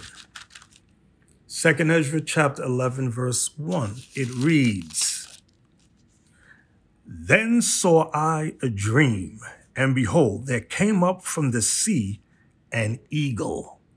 Do y'all see that? An eagle, which had 12 feathered wings and 3 heads. The 12 feathered wings are the 12 Caesars. Now, I want you all to get a pen. I want all of you to get a pen, okay? Bear with me, bear with me. Let's discuss the 12 Caesars. The 12 feathers begins with Julius Caesar, followed by Augustus Caesar, followed by Tiberius Caesar, followed by Caligula Caesar. And the fifth feather, or feathered wing, was Claudius Caesar, followed by Nero, then Galba, Otho, Vitellius, Vespasian, Titus, and Domitian. Those are the 12 feathers. Let me read them again. Julius Caesar was the first, followed by Augustus was number 2, followed by Tiberius, number 3, Caligula, number 4, Claudius Caesar, number 5, the fifth one, Nero, number 6, Galba, number 7, Otho, number 8, Vitellius, number 9, Vespasian, number 10, Titus, number 11, and Domitian, number 12. Those are the 12 feathers. So let's read it again. Then saw I a dream, and behold, there came up from the sea an eagle, which had 12 feathered wings and 3 heads. The 3 heads, let's write this down. The United States of America is on the left side. The head in the center is Rome. The head on the right side is Britain, the British Empire. So that's the USA, Rome, and Britain. Write it down. Those are the 3 heads. Okay? Those are the 3 heads. I hope y'all got that. I hope y'all paying attention. All right? So let's go over to 2nd Ezra chapter 11, verse 12. And I looked, and behold, on the right side there arose one feather, and reigned over all the earth. So that feather right there is referring to Julius Caesar. Okay? That's the first feather. Verse 13. And so it was that when it rained, the end of it came, and the place thereof appeared no more. So the next following stood up and reigned and had a great time. So Julius Caesar died. That's what it means when it said the end of it came. So the next following stood up and reigned and had a great time. That's Augustus Caesar, who reigned from 27 BC to 14 AD. Augustus Caesar. Okay, hope y'all got that. Let's read on.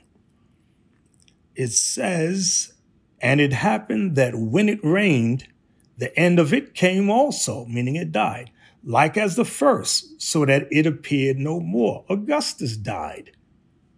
Verse 15. Then came there a voice unto it and said, Hear thou that hast borne rule over the earth so long. This I say unto thee, before thou beginnest to appear no more. There shall none after thee attain unto the time, neither unto the half thereof. So it's saying none of the 12 feathers would reach into the time of Augustus Caesar. Okay, because Augustus Caesar, he reigned for about 40 years.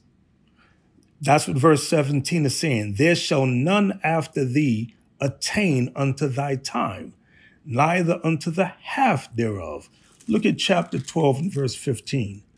It said, whereof the second shall begin to reign and shall have more time than any of the 12. That's Augustus Caesar. He reigned for 40 years. All right. Verse 18. Then arose the third and reigned as the other before, and appeared no more also. Okay. That's Tiberius. He was the third. Tiberius was the third. Okay, bear with me, bear with me, bear with me. All right. You had Julius Caesar, number 1. Augustus was the second feather. Tiberius was the third.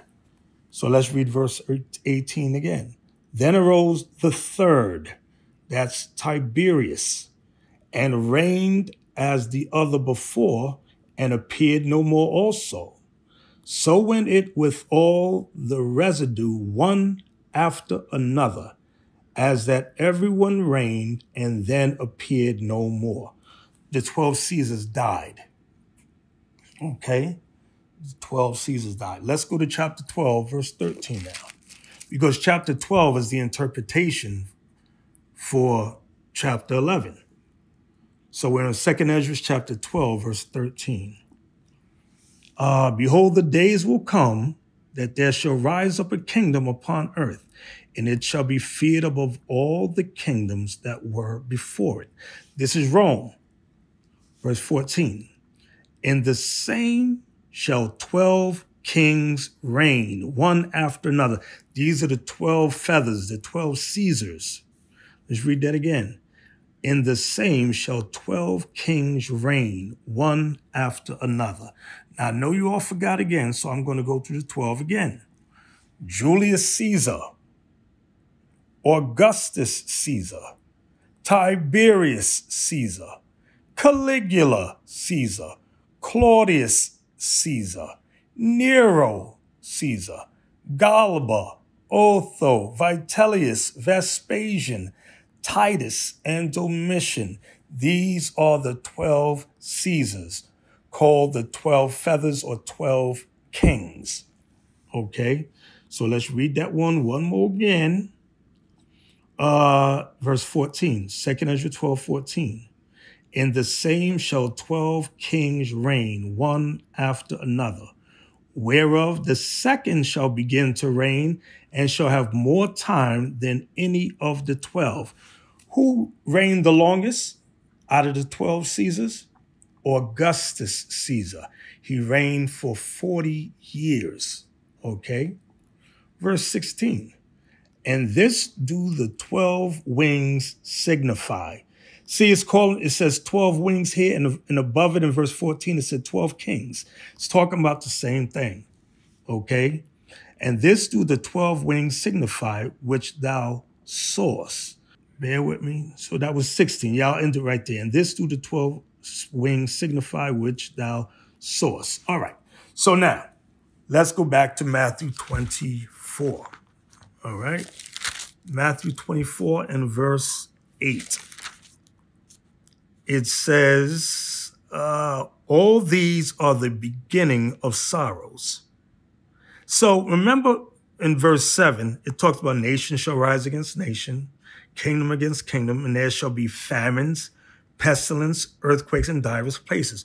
All these are the beginning of sorrows. That means that during Christ's time period, or when he died and resurrected, this would be the time period where sorrows would begin, okay? And as we read earlier, famine came during the time of the 5th Caesar, okay? Claudius. All right? Y'all with me? You with me? Let's go to 2nd Esdras 16:18. 2nd Esdras 16 and verse 18. Watch this. The beginning of sorrows and great mournings. This is the prophet Esdras. The beginning of sorrows and great mournings. The beginning of famine and great death. The beginning of wars, and the power shall stand in fear.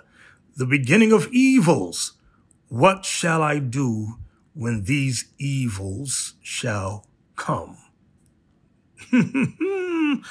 Behold, famine and plague, tribulation and anguish are sent as scourges for amendment. Wow. All right. So Esdras is saying the same thing that Christ was saying. Okay. Or Christ was saying the same thing Esdras was saying, because Esdras had the spirit of Christ in him. I hope y'all understand that. I hope you understand. Now, listen good, IUIC members. The Most High has given us solutions for famine. Make sure you're in the know. especially you single sisters. A lot of you are, I don't know, some of you are scatterbrained. You're here today, gone tomorrow. You brothers that are in and out the truth. I'm mad. I'm emotional damaged. And you leave because of some foolishness. Famine is coming. We're not saying it's coming today or tomorrow. President Biden said in 2 years. But let's wait and see. But bottom line is we have a plan. We have things set up for all you IUIC members. Take full advantage of the knowledge. Don't let this slip. Okay? I also introduced to the body, well, to the captains, the Underground Railroad. It finally came to fruition. I had a meeting with Captain Shemaiah and Captain Yadon. Okay? And they helped strengthen my idea for the Underground Railroad. So they released it and produced it to the captains. Okay? And if you're in the know, it's going to be shared with you in the day of occurrence. Okay? That we're not going to put that out over the internet, but we have a solution. Okay? So, brothers, sisters, I pray that you glean something from today's lesson. Now, I did want to say this also about the World Summit. There's a lot more that occurred at this World Summit. And when they talk about technological advances for famine, they're referring to the metaverse. That's what they're referring to.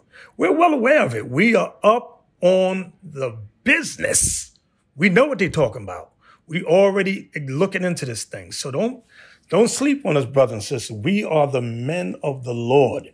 And that's our job to help guide you, brothers and sisters, the right way. Okay?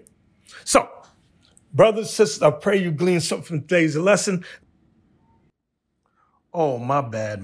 How could I forget former Deacon Malachi? I did want to discuss him since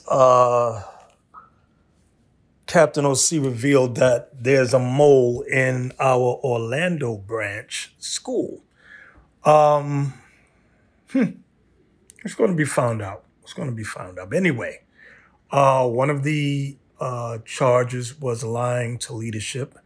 And one aspect, which is the only aspect I'll discuss, is that we've been building a school in Ghana. Many of you know about that. And that's with IUIC money. Our plan is to build a school in every African country that we're able to. So y'all understand the goal, okay?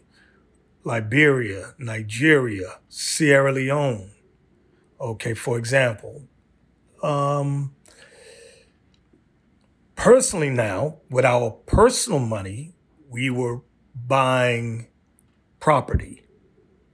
And this was only meant for leadership and their families, for bishops, deacons, captains, and officers in good standing. We said we were not going to open the door to crazy brothers who have a bad reputation.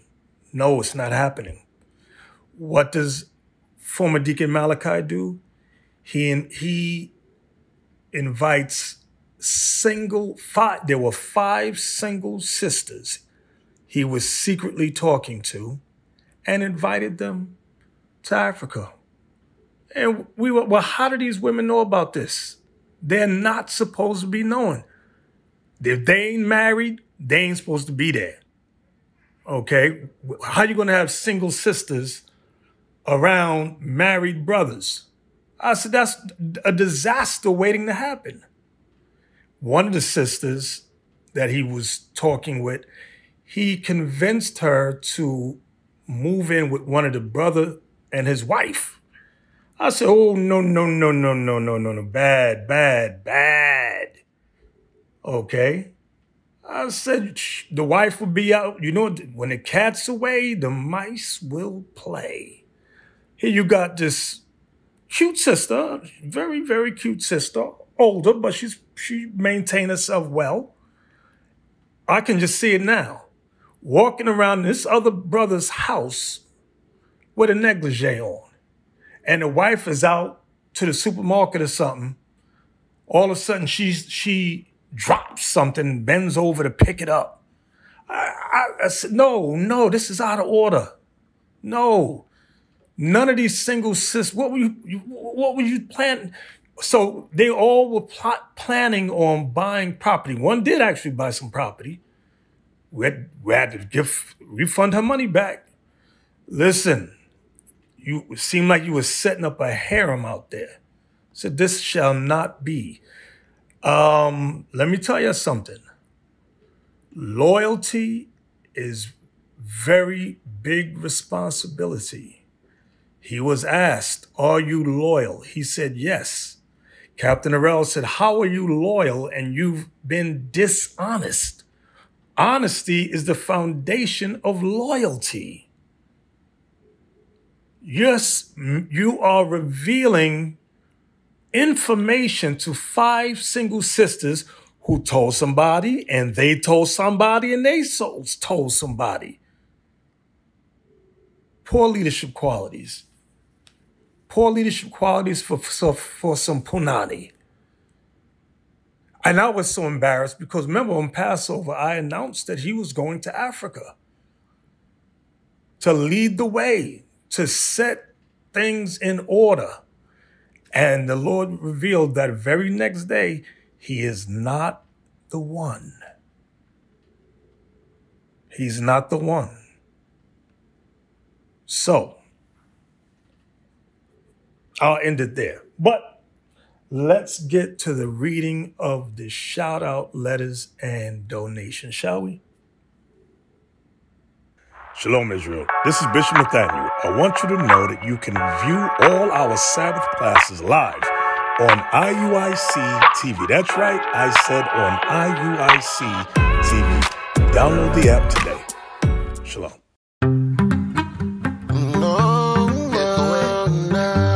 La 11ª hora, levantando los 12 tiros de Israel. Entonces que siento que estoy vivo, y ya no soy muerto.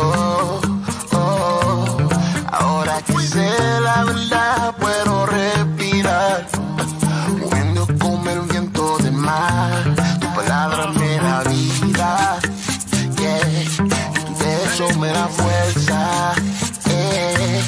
Solo tengo que escuchar tu voz y guardar tus leyes que tú me dio. Tú eres mi fuerza, tú eres mi luz, tú eres mi vida, tú eres mi sol. Fuerza, tú eres mi luz, oh, tú eres mi sol, mi fuerza. Las palabras que me das,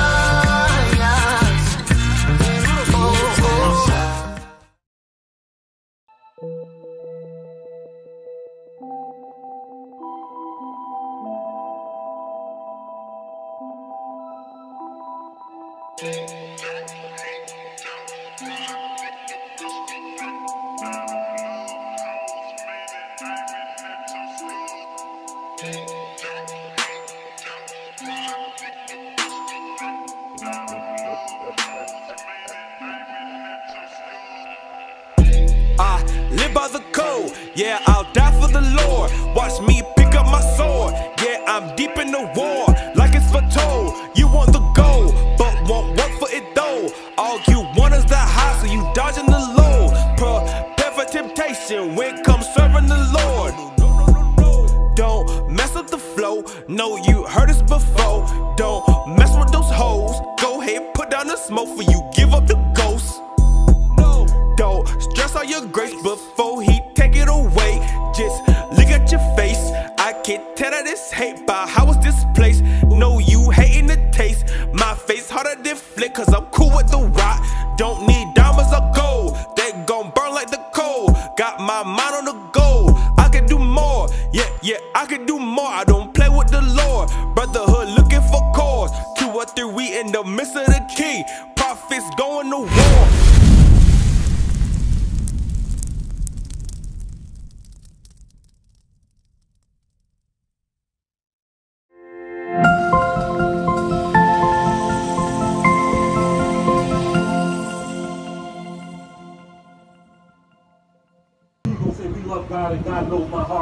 From the bottom of my heart, I truly believe that the bishop is the prophet and his soldiers and officers are all prophets of God. I've never seen in all the churches that I have attended since I was a little girl singing Jesus Loves the Little Children, that I've seen that many black men, which aren't black men. I found out that they're Israelites, and that makes me happy because every other nationality has their God, so why do we have to worship another God? So I see just what you are putting out here for the people.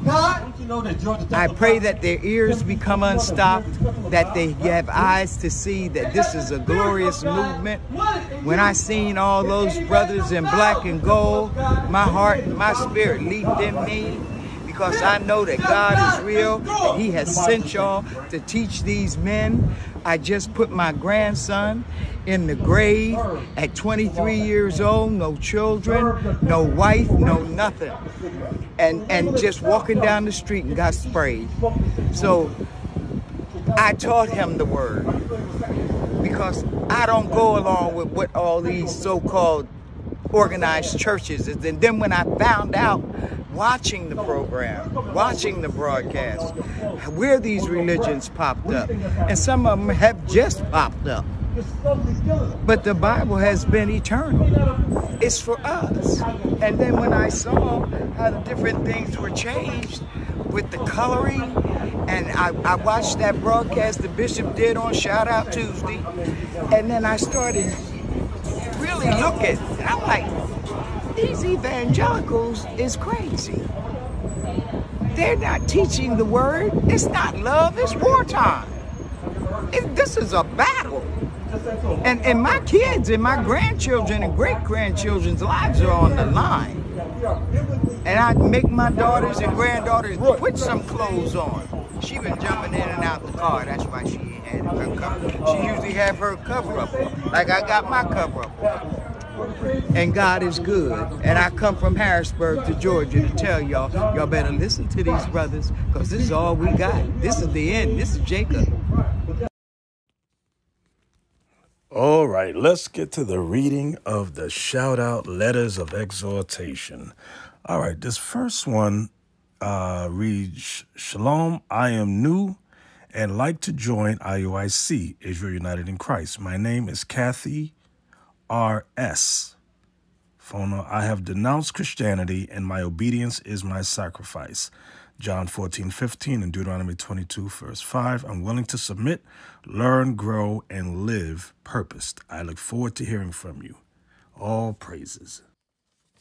All right, the next one reads, Shalom, Bishop, always praying that all is well with you and the family, and of course my brothers that are out and about the highways and hedges bringing the fire, which is the word of the Most High. I am so truly grateful being chosen as an Israelite and knowing all the promises that are given to the Israelites that keep God's commandments. Just the thought of it brings a smile to my face with and happiness to mine. I thank the Most High through Jesus the Christ for bringing the new prophets back on the earth today, because without them, I would not know the truth today. The very thought that the truth was always in the Bible and that I never knew it. Thanks to IUIC for teaching my husband and myself that the churches could not do, keeping up the good work on helping our people to know who we are today. Shalom, Sister D. Thank you, Sister D. All praises. The next one reads, Shalom, Bishop. Hope you and your family are well. My Lord and I are so thankful to the Most High for touching the spirits of you and all leadership for your continued waking up of our people. We are not being entertained. We are being edified in the knowledge of the truth. This is serious business. All praises to the Most High God. Shalom, Roosevelt and Albertina W. Matthew and Jelena. All praises. Thank y'all so much. All right, the next one reads, Hi, Bishop. This is Frederick and Rosa. We've been in the truth for 3 years, and we love it. We love all classes. We keep the laws. We are asking you to pray for us, and we are praying for you and your family. Here are our donations. Thank you so much, Frederick and Rosa. All praises. The next one reads, Shalom, Bishop. Hope all is well. And this letter finds you and your family in good health. Thank you for bringing the truth. I appreciate it very much. Your marriage classes has helped our marriage a lot. Also, me keeping my mouth shut. Ha ha. Woo! As I get stronger, we are hoping to get back to the school soon. We continue to watch online, but it's nothing like the school. Everyone was so nice and helpful. It felt like home, family. I'm sending in our arms. Please use it where useful. I know it's not much, but I'm hoping it will help. I'm praying for you and your family. Please keep us in your prayers. Please don't give our first names. Shalom. All right. P.S. I hope to see you teaching soon. But the mighty men have been doing the work. The classes have been off the chain. All praises to the Most High. All praises. All right. I won't say your names. All right. The next one reads, Shalom, Bishop Nathaniel. I hope this letter finds you well. I'm so nervous, in a good way, writing this letter. I'm not sure what to say. I thank the Most High for choosing me to receive this truth. And I thank you for accepting the task He has bestowed upon you. It's hard to truly express my gratitude without typing a 4-page letter like our beautiful sisters do. So thank you. I just have 2 questions. 1, 1 Thessalonians 5:22, abstain from all appearance of evil. We know that it is unlawful to have a bald head. Is it also unlawful to cut my hair so low that it appears to be bald? Yes, you answered the question with 1 Thessalonians 5:22. You don't want to give the appearance that you're purposely balding your head, although you're not. So I wouldn't do it. Number 2, Leviticus 25, verse 37. Thou shalt not give him the money upon usury, nor lend him thy victuals for increase. Does this only apply to those of us who identify as Israelites and keep the commandments? It applies to everyone. The laws of the Most High will be taught worldwide. You can read about that in Isaiah chapter 60, Zechariah 14. Okay, so everyone's going to learn these laws. All right. Thank you so much, James F. of Hawthorne, Florida. Thank you so much. All right, the next one is a card. It reads, thanks a lot, thanks a million, thanks a bunch, thanks a ton, thanks so much. Shalom, Bishop Nathaniel, Most High in Christ bless you. I hope you are feeling well. We miss you in the Saturday Sabbath evening class. Come back soon as you are able. I caught COVID last November. It wasn't serious, but just enough to take me down for 3 weeks and throw my finances out of whack. I'm much better and my life is getting back on track. All praises to the Most High. Hey, brothers and sisters, that COVID hit and they're going to keep sending various strains of it. So keep up your health. Keep up eating your vegetables, your ginger drinks. Keep it up. Keep it up. Keep it up. Keep it up. All right. You continue. Big shout out to Soldier David of the Chicago camp. All praises. Originally, I wanted to join the Arizona camp, but COVID and your super high housing prices have changed that plan. I contacted the Chicago camp, and Soldier David answered all my questions about preparing to attend camp. Even a question about where to stitch the fringes to my Sabbath garment. Laugh out loud. I made the drive from Milwaukee to Chicago last Saturday, about an hour and 45 minutes. The online classes are great, and I will continue to watch them. However, in-person class with the family is awesome. There was love and hugs coming from everywhere. I can hardly wait to return next week and the next and the next. Thank you for building a beautiful nation. In the words of Bishop Yawasop, it's a beautiful thing. All my love, Miss Lala of Wisconsin. All praises. Thank you, Miss Lala. But I do want to say this because this is the second letter I got from a sister that says everyone was so nice and loving. Listen, these things do change in time. Remember when the Most High said, love your neighbor as you love yourself. Okay. What I've seen often happen is that brothers and sisters get into altercations with other brothers and sisters in the congregation. And that's a trial of your faith, whether or not you are going to apply the commandments. Because when you're at home by yourself, it's easy to say, I love my neighbors, I love myself. It's not truly proven or challenged until you come in contact with someone you are in opposition with regarding a certain matter. All right. So I say that to say to you sisters, you always write letters about, oh, everyone was so nice. Listen, you're going to meet that one person that's not so nice, who just came in and who's struggling like you're struggling. And you and she will, the Lord's going to test you to see who's going to apply the commandment regarding charity, loving your neighbor as you love yourself, and keep it moving. Or you're going to get mad and say, just for that, I'm not coming back anymore. And you, my dear, will have proven that you don't love your neighbor as you love yourself. I hope you understand. I hope everyone listening understands. And this is one reason why many brothers and sisters say, I don't like to congregate. Because when they are proven or tested, they often fail. They often fail, and that dragon within comes out. All right, I'll move on now. All right, the next letter reads, Shalom, Bishop. I have enclosed my arms to further the works needed to get us out of this damn captivity. I really hate this existence in this disgusting world, you and me both. And honestly, I hate my flesh and what it yearns for sometimes. Oh, that was something deep right there. I've been out of work since the end of 2019 due to a work-related injury and 3 surgeries. I'm asking for your prayer and support as I'm emerging from my injuries. Well, hopefully you can get a settlement with your job. I know the Almighty will provide for me as he always does, all praises. But as a city employee, I have not taken the jab. I have not taken the jab. Good. And it is required if I were to seek a job working for NYCSO. I'm not sure what SO stands for. Please pray for me. I've been at the Mount Vernon camp a few times. I'm not an official member of IUIC, but I'm a loyal follower. All praises. I haven't put in my bricks on the street due to my limitations, so please forgive me. All praises. Don't worry about that. You're injured. You know. The Lord knows, and now I know. All praises. IUIC is the only Israelite camp that I see displaying and practicing organization, structure, and discipline. I see the growth and refining of IUIC. I also see the increasing attacks, which indicates to me that you're on the righteous track. All praises to the Most High. I pray that the Most High increases your physical well-being, my dear brother. I pray that the Most High doubles your spiritual armor, and may our Lord Jesus the Christ, the Black Messiah, bless you, our leader in our nation. Be well, Shalom. Pierre David F.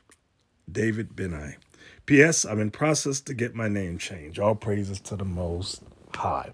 Well, as of now, as I'm reading this, I do believe that New York has rescinded many of those jab requirements. I know MTA doesn't even require it. There's many state, New York City agencies, or some, I'll say that, who don't require it. Whether or not yours does, I believe yours may, based upon your letter. But as of right now, I do think the new mayor rescinded it. Okay. But send up prayers to the Most High. All right. And we'll come to the school and ask for a letter. Hopefully by now they'll start accepting a letter. I pray, I hope. I'm not sure if they will, but let's see. Let's see. All right. The next letter reads, Shalom, Bishop. I pray all is well with you and the family. Please tell Deacon Abiel, I love Fix Your Face. And I got $5 on a mic. Laugh out loud. Shout out to Deacon Abiel. Most High in Christ bless all the commandment keepers. D. Foster. All praises. The next one reads, hello, Bishop. This is from Caleb Shalom Z. I've been so inspired by your hard work and dedication. Please keep up the good work. I'm only 23 now and I'm making little money at Subway, but hope to support the truth abundantly one day. Say a prayer for me, Bishop. Peace. All praises. Thank you, Brother Caleb. Thank you so, so much. All right, the next one is a card that reads, thank you, with sincere thanks and appreciation. I know it brings you great joy to do what you do, but I know it comes with great sacrifice and many long nights. For that I say thank you so much for all you do. Reginald B. Thank you, Brother Reginald. All praises to the Lord. All praises. All right, the next one reads, Shalom, Bishop, Most High in Christ bless you. So glad to hear you are feeling much better. All praises to the Most High. I hope all brothers and sisters scattered are preparing for Passover and getting that leaven out of their spirits and house. Please keep my family and I also on your prayer list. We sure need that stronger prayer from the elders, praying the Most High to have mercy on us, heal our bodies, and to keep us 100% healthy in this walk. Health is wealth. Time is ticking, and this is not the time to fall out this truth. You got that right. I truly appreciate everything you and all the leadership do to edify us daily. Thank you. Shalom. Be well. Mr. Malik from the tribe of Benjamin. From Cali. All right. All praises. Oh, and you gave a donation for Matthew213.com. Hey, you brothers and sisters, if you have not, please support Matthew 2:13. I tell you, we didn't know how much it cost to do, and I think the movie's only like 30 to 40 minutes, but to get it edited professionally costs dough. All right. So shout out to Captain Isaac for setting that up. All praises. All right. The next one reads, Shalom, Bishop. I pray all is well with you and your family and that the Most High continues to heal and bless you. Thank you. And to all leadership for all that you do. I'm so thankful that the Most High has allowed me to wake up and see His truth and to come across IUIC videos. Very edifying. Continue keeping up the great work, pushing this truth. It's much needed. Please accept my alms. Use it wherever you see fit. I pray one day a school may open in Connecticut. Yes, ma'am. This is Most High in Christ Blood. This is from Shornita B. As of right now, Connecticut, I believe they're meeting in a library, if I'm not mistaken. But call us at the number, the New York number, and Deacon Asaph will definitely let you know. Okay? But we are making strides to get that school open in Connecticut. All right? Hey, and if you find something, hit us up. Let us know. Give us the phone number, the contact information, and we'll go visit it. All right? The next one reads, Shalom, brother and deacon and elder, make my day giving the word of God to our people, the Israelites, lost and don't have no understanding who they are. Keep the good work. Malachi, Malachi, okay, all praises. There's some words missing in there, but I think I understand. All praises. All right, the next one reads, to Israel United in Christ, thanks so much for bringing out the truth. I always wondered as a child why Jesus couldn't be the same color as me. All I saw was white Jesus, which now I found out is not the true Jesus. Praise to the Most High. From Linda. Thank you, Linda. All praises to the Lord. The next one reads, Bishop Nathaniel, shalom to you. My name is Douglas. I'm not part of your organization, but I've been watching you on YouTube. That's all right, Douglas, as long as you're a part of this nation. I've been watching you on YouTube for about 6 months, and I really like what I'm hearing. Currently, I'm a Jehovah's Witness. Been one for 11 years. Oh, Charles Taze Russell. Yes, Jehovah's Witnesses started by white folks who hated black folks. Yes. After listening to IUIC, I'm convinced I'm in the wrong religion. Yes, you are. The organization is controlled 99.99% by the Edomites. You got that right. I am 79 years old, and when I leave this world, let it be honorable to the Most High. You got that right, Douglas. Please repent. Come out of the JWs, the Jehovah's Witnesses. Come join your nation. Come join your people. All praises. P.S. Here's something to help out your movement. Keep up the good work, Douglas M. All praises. Thank you, Douglas. And I pray you come out of the Jehovah's Witness wickedness. All right, the next one is a card that reads, hope this finds you well. Just a little something for the nation IUIC. where you think it's necessary. May God bless us all. Been praying for you. Thank you. Hope, love to all my family. Most High bless. Linda, Jay, and family. Thank you, Linda. All right.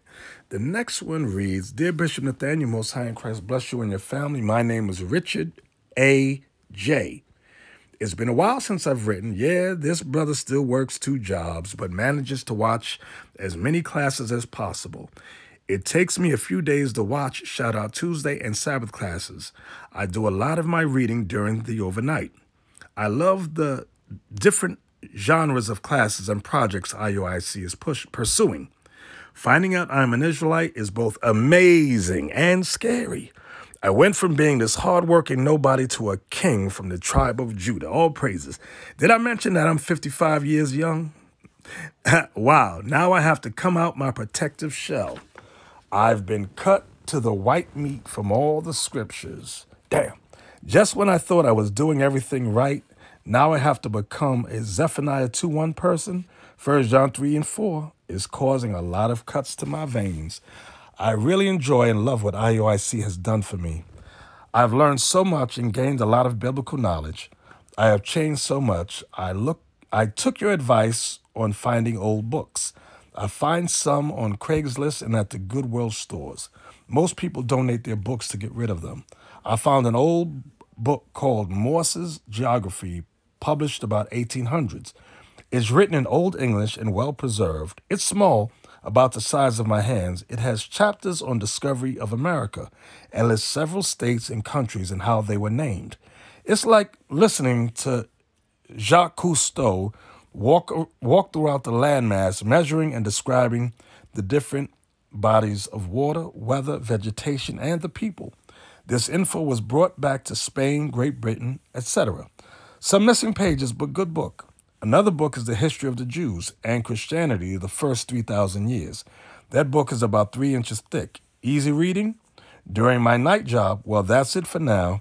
Thanks for waking me up. Still have a lot of coal in my eyes. Please accept my alms for the many great projects for waking up the 12 tribes. James 1:1, to the 12 tribes that are scattered abroad. Greeting. All praises, all praises. Thank you, Brother Richard. Thank you so much. All right, the next one reads, Shout Out Tuesday. Bishop, I thank you and your deacons for opening my understanding about the Bible. I know that I am Hebrew Israelite of the tribe of Judah. I wrote down every verse when I listened to your teaching and tell my friends, I thank you forever. Amen. Mr. Ari VM. Thank you, Ari. All praises, all praises. All right, the next one reads, Please use as you wish. Thank you for setting me free with the word of God. Yours truly. All right, there's no signature to that one. This one reads, IUIC Nashville. Dear Bishop Nathaniel. Shout out to Nashville, by the way. How are you feeling at this time? I'm feeling a lot better. I am still lifting you up in prayer. Please continue to do so. It has been a while since I've written. I am focusing on the goodness, mercy, and grace of Jesus Christ as we approach Passover. Always give a shout out to all the men of God of IUIC, boots on the ground. Most High in Christ bless you and your family. Yorona Bat-El. Oh, thank you, Sister Yorona. Thank you so much. All right, this next one reads, Shalom, Bishop, Most High in Christ bless. We are happy to know that you are getting better. We can hear strength in your voice as we listen to Shout Out Tuesday. All praises to the Most High for his healing power and grace. Sincerely and shalom, John, Jean, and Hezekiah. All praises. Thank you, John, Jean, and Hezekiah. All right. This one reads, May the Most High bless and protect Hebrew Israelites seeking and accepting the truth. Thank you all so much. Amen.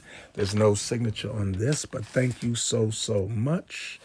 Let's get to the reading of the shout-out donation. We want to give a shout-out of thanks to Kathy R.S. Now, Kathy, I did want to say this.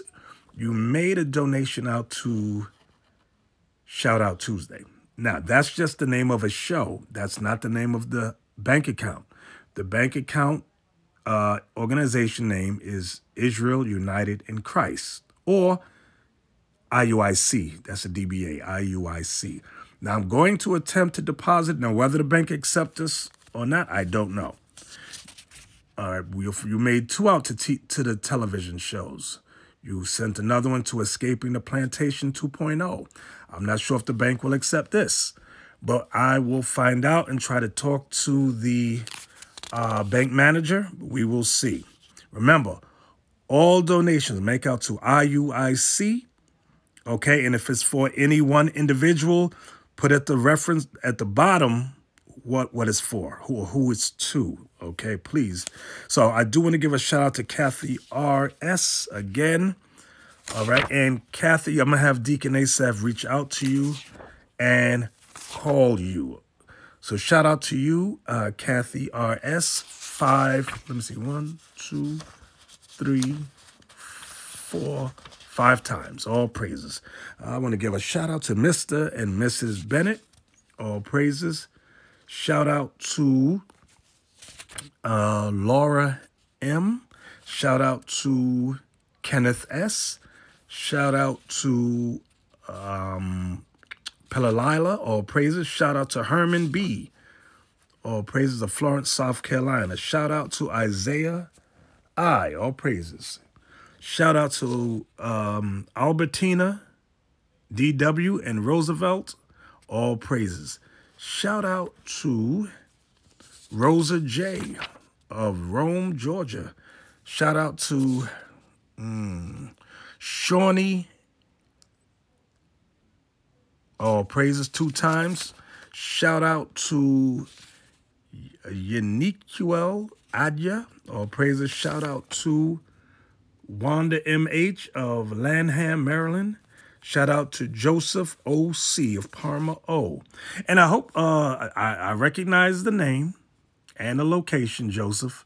Lord's will, remember, call us, speak to Deacon Asaph, all right, and he'll speak to you regarding your particular situation, all right?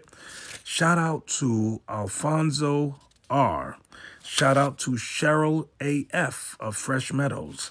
Shout out to Darda D. And I did want to say this, brothers and sisters, some of you have unique situations where you're not allowed to congregate at the school.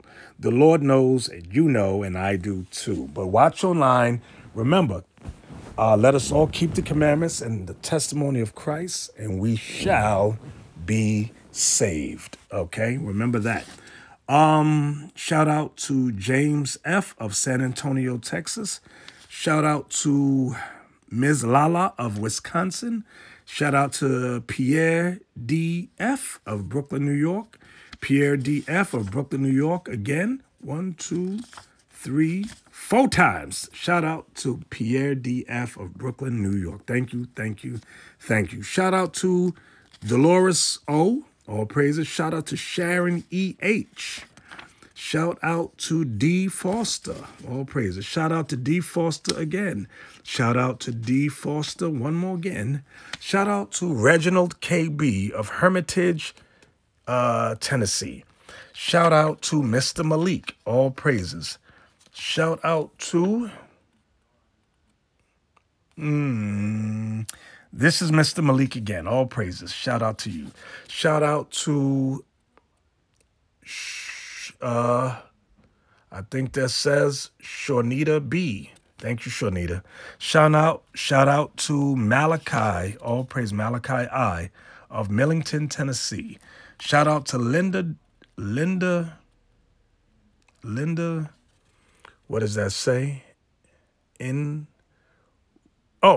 W.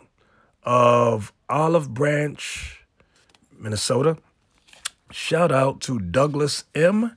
Shout out to Henry E.M. All praises. Shout out to Linda J. of Calumet Park, Illinois. Shout out to Richard A.J. Shout out to R.E.V.M. of Marianna, Florida. Shout out to Shirley W. All praises. Shout out to Kyra and Edmund P. Shout out to Claudesta L.R. Shout out to Cassandra D.G. of Las Vegas, Nevada. Shout out to Johnny B.D. All praises. Shout out to Sharon C. All praises. Shout out to Brinkley S. All praises. I used to work with a sister named Brinkley. Shout out to Dennis L. of Marksville, Louisiana. And last but not least, shout out to Isaiah I. All praises, all praises. Brothers, sisters, you know how I love to say, let's all of us stay healthy, let's stay faithful, let's stay focused, but most of all, let's all of us stay in the spirit. Most High in Christ bless you all. Love you. Shalom. We used to scream black power while heroin was pushed. But at the end of the day, nothing's in vain. IUIC has been given a vision. The tents of Judah has risen. Many has attempted the mission. Minor murmuring, omitting, and missing the mark. Just reading that he had the flame of fire in his eyes gave us the spark. We on Paul's mission. We out on the road, purple and gold. From Mexico, Cuba, Haiti, Ghana, Sierra Leone.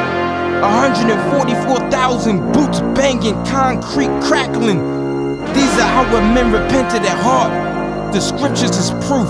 IUIC, we deliver the truth.